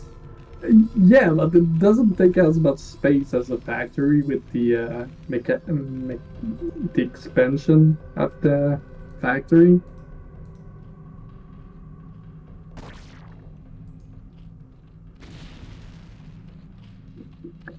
May change up. Okay, I guess it's gonna go mutas, probably. Maybe try to put the bunker there to fake it out. Yeah, I think so. But And Hexe will not fall into the bait. She knows better. Whoa, brave Marine. It is brave, but you should continue the work, maybe. No, you want to retreat. You don't want to lose it. Alright.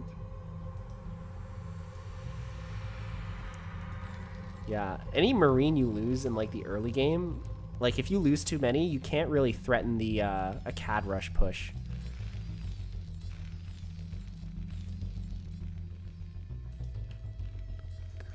And it's also less Marines to deal with the first wave of mutas.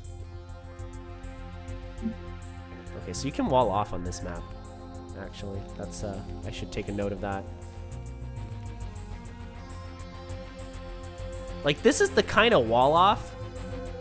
Alright, I'm still salty about this. This is the kind of wall off that I used to be able to do on Eclipse. The Marine! But I can't anymore. It just sucks the Marines pop out on the outside of the wall. Oh, yeah. I think you want to put your barracks, like, here or something so that your SCV can occupy this spot and the Marines spawn behind it.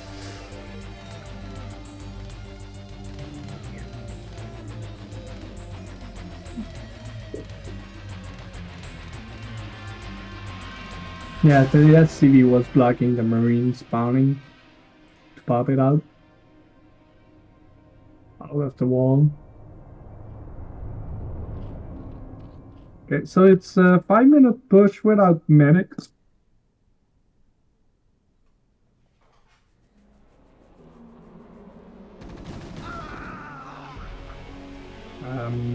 That Marine didn't last long. This is the type of move out I see Art of Turtle used to do a lot. It's not gonna be good. And it's honestly like, yeah, you see pros do this, but pros do it in a very specific way where they keep their SCV alive in the Zerg base, so they know exactly how many lings like are present on the map, right? Because you saw what just happened. Like, that 5 Marines died to 6 lings. That is so not worth it for Terran. That is like such an amazing trade for Zerg.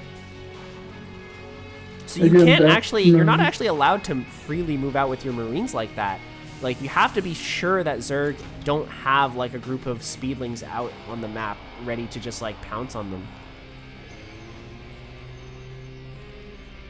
The reason why he didn't wait for medic is because sometimes you can catch the Zerg if you move out like at that specific timing. But obviously Hexe had speedlings out, and the only time you can do that where it's safe is if you have an SCV still alive in their base and you know exactly how many speedlings they have.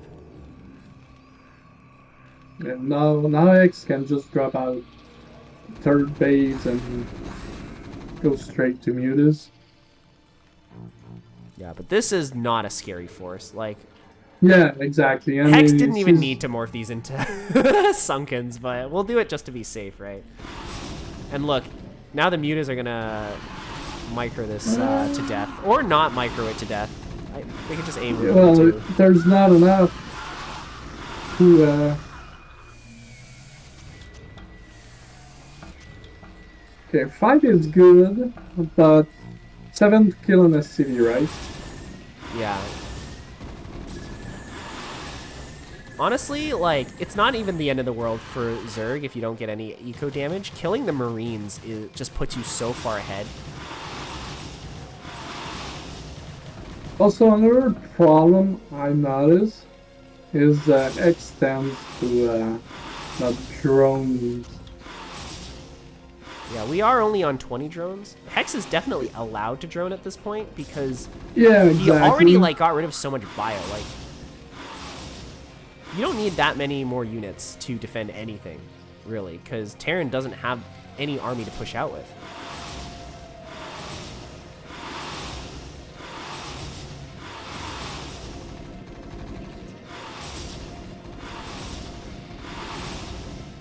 Honestly, she could attack the barracks if she had the rest of her mutas here, which they are coming. They are coming. Oh my god, there's no turret here! Yeah, it's not producing right now. There's no turret, he's not producing. There's only 9 Marines out and no medics. I don't know if Hexe realized that she could just win the game right here, right now. Okay, I remember something. I watched that game. Here we go.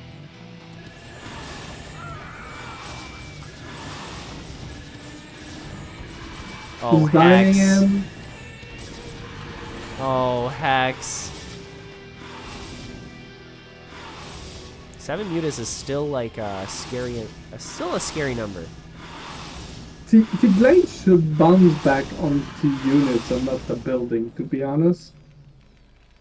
Sorry?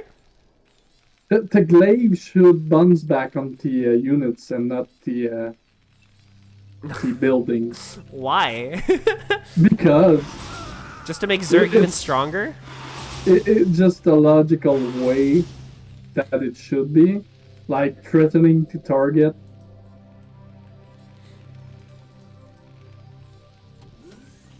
Yeah, because the thing that I want Zerg mutas to be is even stronger than they are now. Oh! Medic snipe! Good. Oh, but at what But cost? we lost a lot for one medic. Not sure it was worth it. Yeah, 1 medic for 2 mutas is not worth it for sure. Yeah, +1, or sorry, not +1, range has certainly finished for Terran at this point, so if our muta micro is not on point, they could easily die to this group of bio coming out.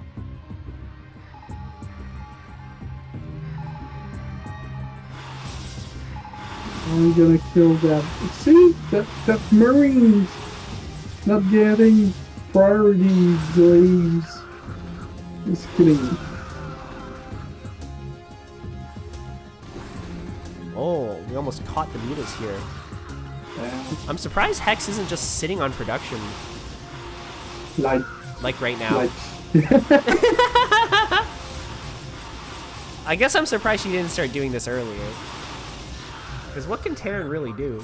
Like, he has to pull his entire army back. Okay, we killed a barrack. But Terran is moving out, so I hope we have something back at home. Lurkers Kill are Lurker. finishing. And we have 3 Sunkens here. I think if NCX pushes up into this base, we could break this, assuming that these Maybe. Lurkers aren't done. But this is not breakable. This is not breakable. NCX will lose everything here. He's steaming and trying to get him? Oh. Okay, that was not worth it. And we still continue to kill the barracks. Oh, we actually killed 3 barracks. That's devastating. This one might go down too. I think Hexe has done it. I think it's GG. We're gonna go to game 2 or game 3. Sorry.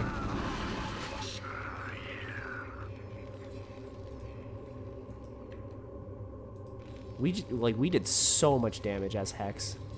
Yeah, but N6 have such a tank. Can make Oh like my god, I didn't even notice.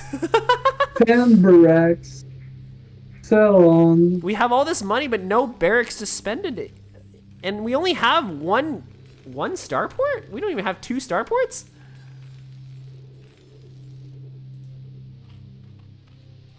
Secret base on the top right. Yep. I think if Hexe hard committed onto the mutas, like, this game would have been over. But obviously that's like, it's kind of hindsight speaking, right? And also we have full information.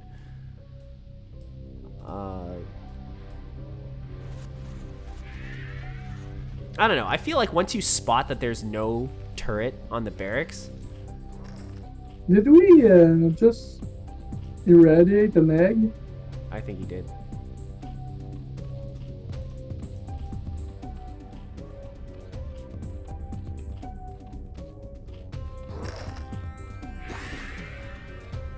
I wanted him to eat the lurker. What? Oh, Oh my it's god, alive! 7 HP? It's alive! Wow. So yeah, fun fact, you irradiate an Hydra, you morph it to a lurker, and it lives.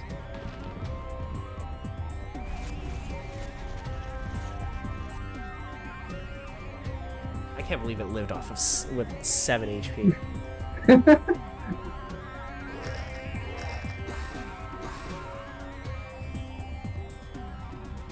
Okay, so both players Plague or okay, Dark Swarm.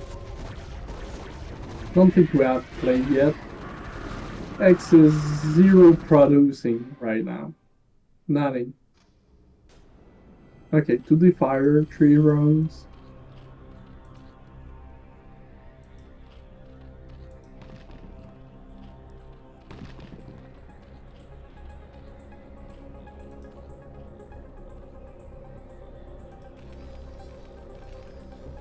So we're powering back up as Terran.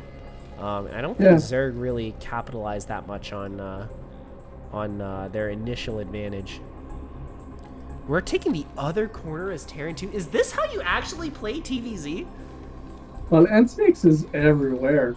Top right, trio Oh my god, that was an insane plague actually. Bottom left. That was pretty much the entire army that got plagued. Yeah, but Plague doesn't kill a unit. I like that the drone is there chilling and be like, hey, why are you here?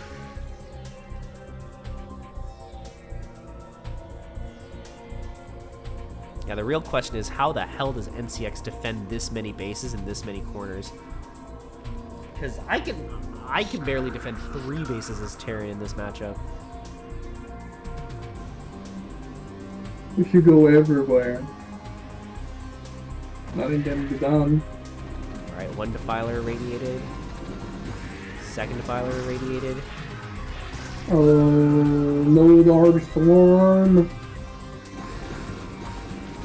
Okay, she's trying to get it, but bunkers are strong, man.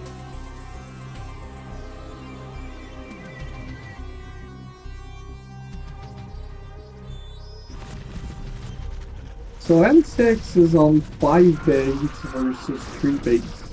Okay, they're not fully saturated, but still.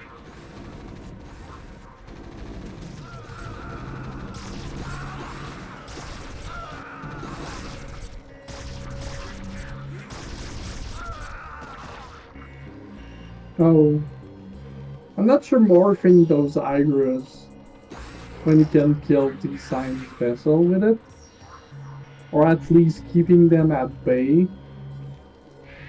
I think we just want more lurkers here, but unfortunately our reinforcements are cut off, so this attack is, like, this is about as good as this attack gets, and it's not very good. I do like that we're stacking the lurkers here. Well, we tried. Or we tried to stack the lurkers. Oh, we have 2 stacked here still. And things outrange. Oh, another big plague actually coming up on this group of units.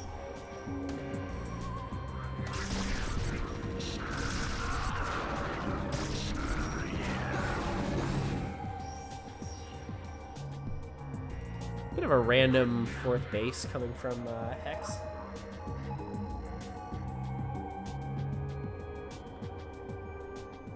Like, just in terms of location, you want the 4th base of Zerg. 2 lurkers moving, scurrying up to the top right. Not a bad idea. Yeah, pretty good idea, I'd say. They're just gonna camp back here and start killing these SCVs. Or not. SCVs are pretty tanky. Yeah. NCX's army is moving up top here. Burrow the lurkers! Kill them all. Oh my god, lurkers are so good. Oh my god, lurkers are so good. Damn, to kill a lot. These 4 lurkers just obliterated like half of NCX's army. And now Hexe is feeling confident. She's moving across the map with defilers, hydras, lings, and lurkers. If we can get this army to like the Terran natural, like unimpeded, then it might be game over. I think X thinking NCX was only on 3 bases. The NCX has this base as well, and the bottom left, which I don't think any sane person would expect you to have that base at this point in the game. That overall probably sees it, right? Between the natural and the 3 o'clock. Yeah. You see the blue dot. You see the supply. Yeah, we should be suspicious that there might be a base there, but it's not exactly confirmed.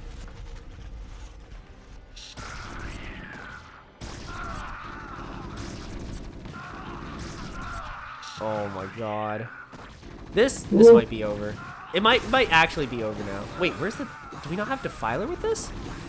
This attack doesn't work without Defiler.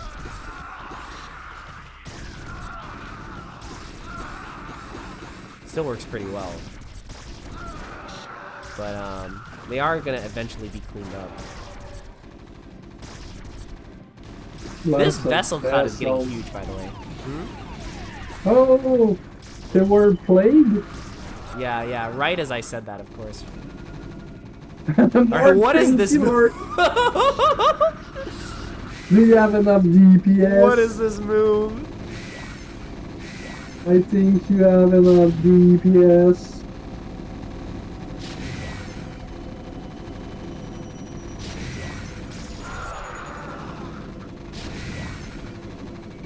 Yeah, unfortunately, none of the eggs blossomed into any lurkers. We're really committed to this attack, though. Like, more and more units are still streaming across the map, but this army has pretty much lost all of its muscle. Any more units coming across the map, it feels like a bit of a waste. Yeah, and with irradiated, it's gonna be hard.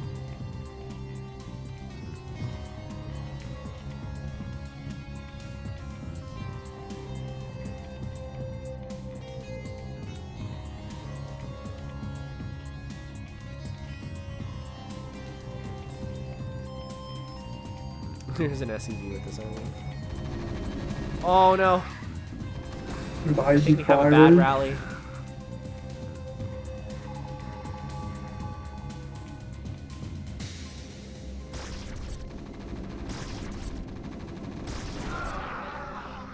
Unfortunately, we have one Defiler and nothing for it to defend, or for it to Dark Swarm. That was a max energy Defiler too.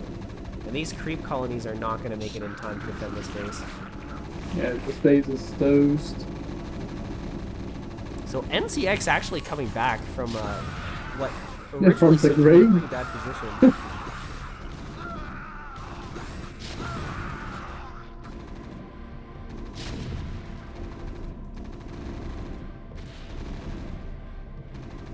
Wait, are these Sunkens gonna finish?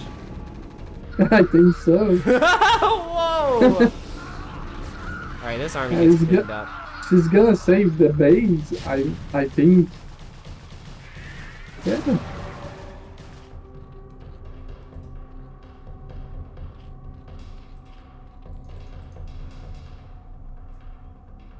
Oh, they're coming for the other mining base. I don't think NCX knows this base exists. Okay, yeah, you're right. No, more to larger again.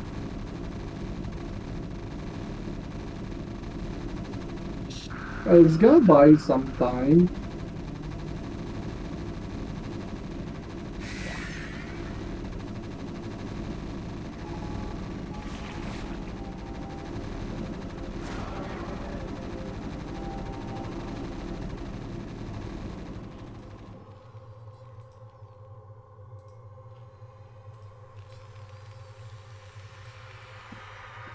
I think she find out about the bottom left base, maybe?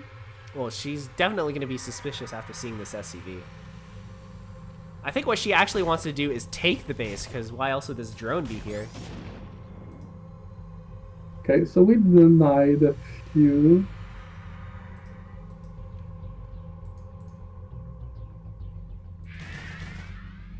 Okay, now with this SCV transfer, we have to know that this base exists. There's no way.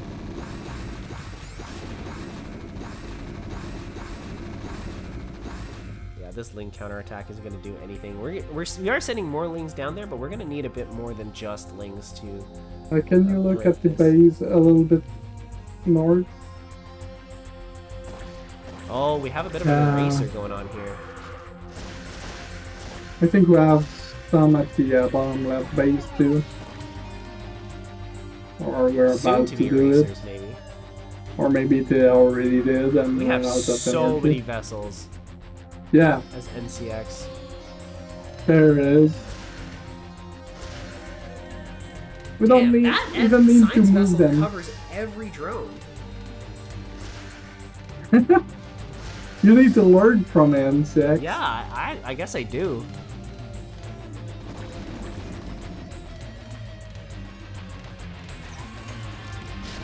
We're down to 21 drones as Hexe, by the way.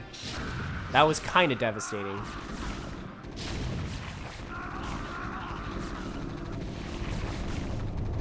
Okay, I think that base going down. And X down to 21 drones.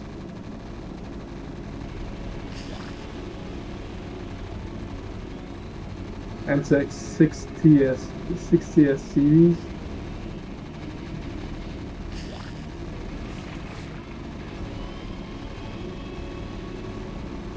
Killing that base is huge. X is about to mine out in the main and the natural. Oh, we're gonna get ultras? Maybe? This Ultra Den has been finished for a while now, but I haven't seen any Ultras in this game so far. Meanwhile, Hexe, coming from the right-hand side, 4 Lurkers and a maxed energy Defiler. I think we're going to try to push into the 3rd base. These 2 depots actually surprisingly good at slowing down this attack, but the Dark Swarm goes down and these bunkers should fall. Dark Swarm to Lurker. There we go. Alright, go into the middle line. Wait, can they not go through here? I guess not. Maybe not the Lurker. SCV drill. Oh my god, Adrenal Lings are so good. Yeah, I know.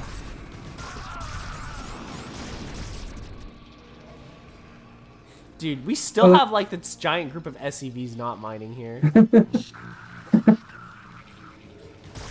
They're on a strike.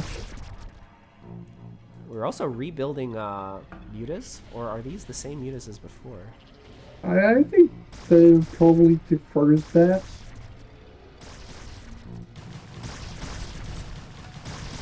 Just killed the command center. If X was earned, she would have infested that CC though. Honestly, it's not a bad idea to do that. Like, yeah, it's at half HP. Like, infesting the CC just like, if it like doesn't like, it's instantly kills it basically. Yeah, it kills it faster. You don't even need to make infested Terran out of it.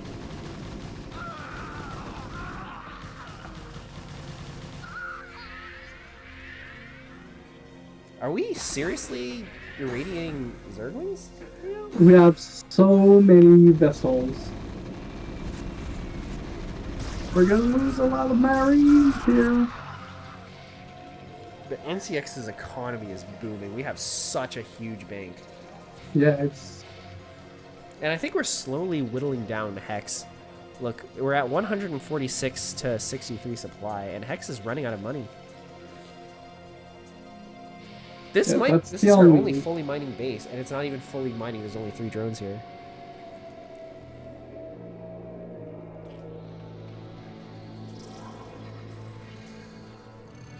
Yeah, even if we kill the bottom left base, and 6 have enough minerals to live out for like 5 more minutes without even mining.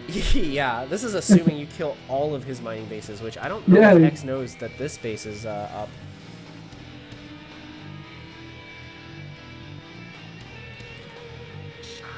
Nope, SCV is moving.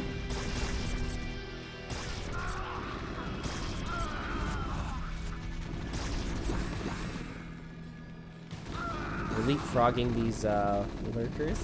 Should be more than enough to take care of this though. Killing the SCV. NCX is sending the rest of his forces down here. And this is, I think this might actually be the last attack we see from Hexe. Because the money is running very low at this point. It's pretty scarce right now. I actually can't believe we're radiating lanes. This is the second command center that would have died if we had a queen. True. This is the second. Third one, because the top right two would have been like that, which this one. You repair it a little bit. I'm pretty sure. Oh my god, the around the corner ramp. That's crazy. Wow.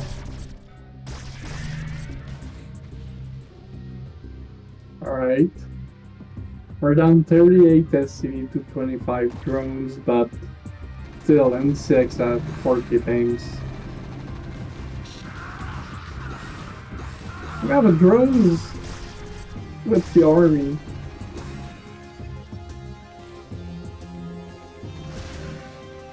Is the CC burning? Is it red? No.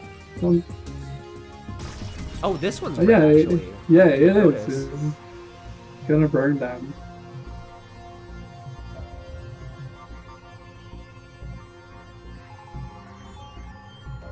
Okay, we got ultras now. Ultras do have +5 armor, and the Marines do not yet have +3 attack. So this could be a timing for Hexe here. That's a Dark Swarm. Okay, double Dark Swarm. Alright. I would put like this in the like the mineral line, basically. The D matrix on that Marine was doing work.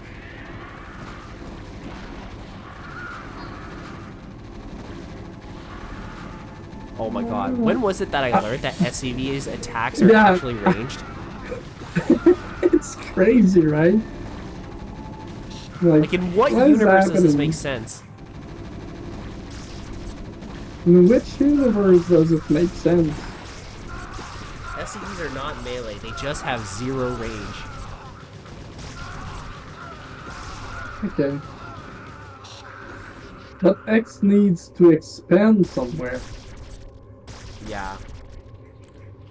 The good thing is we are finally droning this base, but this base is running out real fast. Like, we need a base here. Yeah. We need this base, which Terry knows that we yeah, have. but with the science vessels knows about it already. Yeah, that CC is down. I want to point out that X supplies never went up to 70s supplies for the whole game. Did you see that? NCX trying to be boxer there? She's gonna hate me for that, me saying that. But that's alright. Wait, what? Saying what? That X during the whole game supplies didn't reach out more than 70 supplies.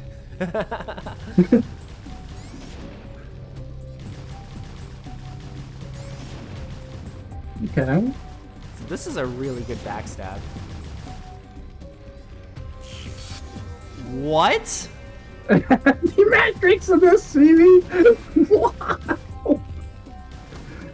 Okay, I think that's the first time I see that. And 6 really filling up my bingo card. Dude, if someone put that on your bingo card, I'd be like, okay, I'm never getting bingo. Like, the that's not a thing that happens. CV, alright. Irradiate a lane, alright. Ninja Maybe an Base, NSL bingo CC. All right, next time we cast NSL, I'll make a little bingo card for us. Yeah, you should.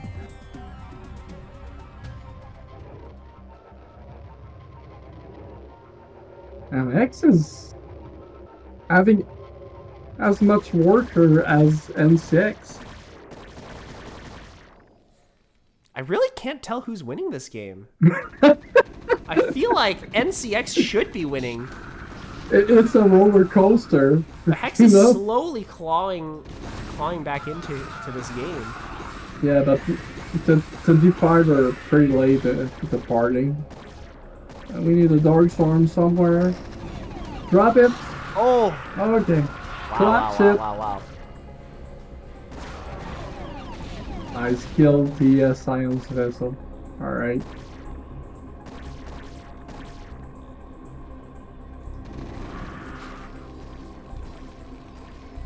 This is still infestable, by the way. Yeah, another queen, and it's... Well, queen, you just need one and just use it to infest. That's about it. Would have been way effective. Irradiate Ling. Radiate the Ling. Do it. He couldn't just do the boxer maneuver on the Oh my god, Lings. this command center's gonna die. Hey, let me feel. We save it. Floats it. Oh my Yeah, god. cracklings Medic are healing the pretty SCV. Again, we're... Well, actually, X have more worker than NCX. Oh. Oh. Oh. I think we really are coming back. Only one mining base though, like one mining Zerg base versus one mining Terran base. That's good for Terran still. Yeah, but Terran is going to the 9 o'clock. It's not gonna be on time, I think. And we need to bring our army there, not counter-attacking, I believe. It's not morphing sunken. The problem is we only have Lings. We're still broke is the problem as Zerg. And if we don't, this base doesn't come up, where do we get our money from? This is the only possibility, and we just spotted this. Yeah, and telling, well, fine, but X doesn't know that, but NCX still have like 2k banks. Can live. This is a really good counterattack from Hexe, but this bank might come in handy now.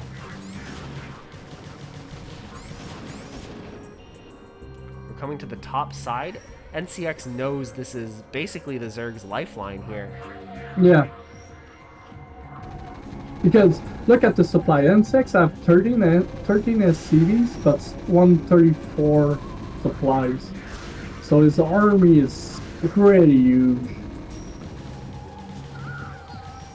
Yeah, I don't know if Zerg actually has the means to deal with this army. Although, never underestimate the power of like 2-stack lurkers, right? True.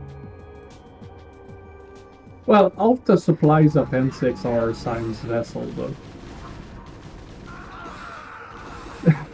Can you count how many Science Vessels you have? How many Science Vessels? 1, 2, 3, 4, 5, 6. There's 7, more. 8, 9, 10, 9, 10, 11, 12, 13, 14. Can you count that one? 15? Plus 15? 2 on his main. I think you don't count them. I'm not sure, but... two already. So 15 vessels? And Hexe calls it! GG! GG. Damn! What an extra special game that was. 37 minutes long. More vessels than SCVs. That's actually true. We only had 7 SCVs at the end. We had twice as many vessels as SCVs, actually. It's even better.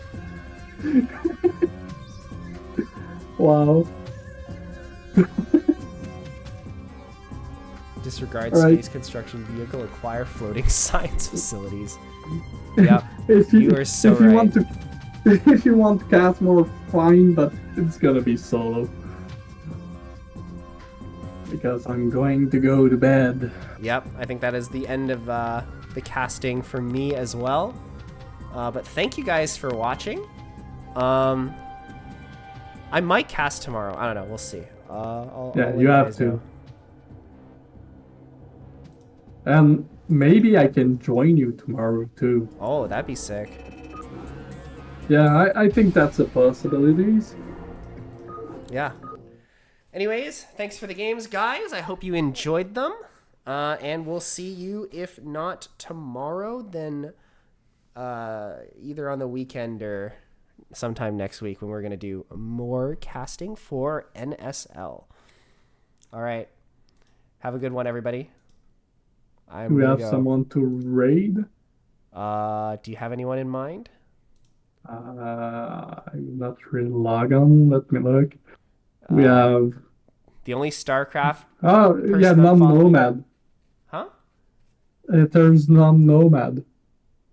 There is or is not? Is there? You want the link? I can DM it to you. Yeah, link me his... All right, guys. I'm sending you guys to Nomad. He is one of our fellow non-players. Go say hi to him. And see you guys next time. See you.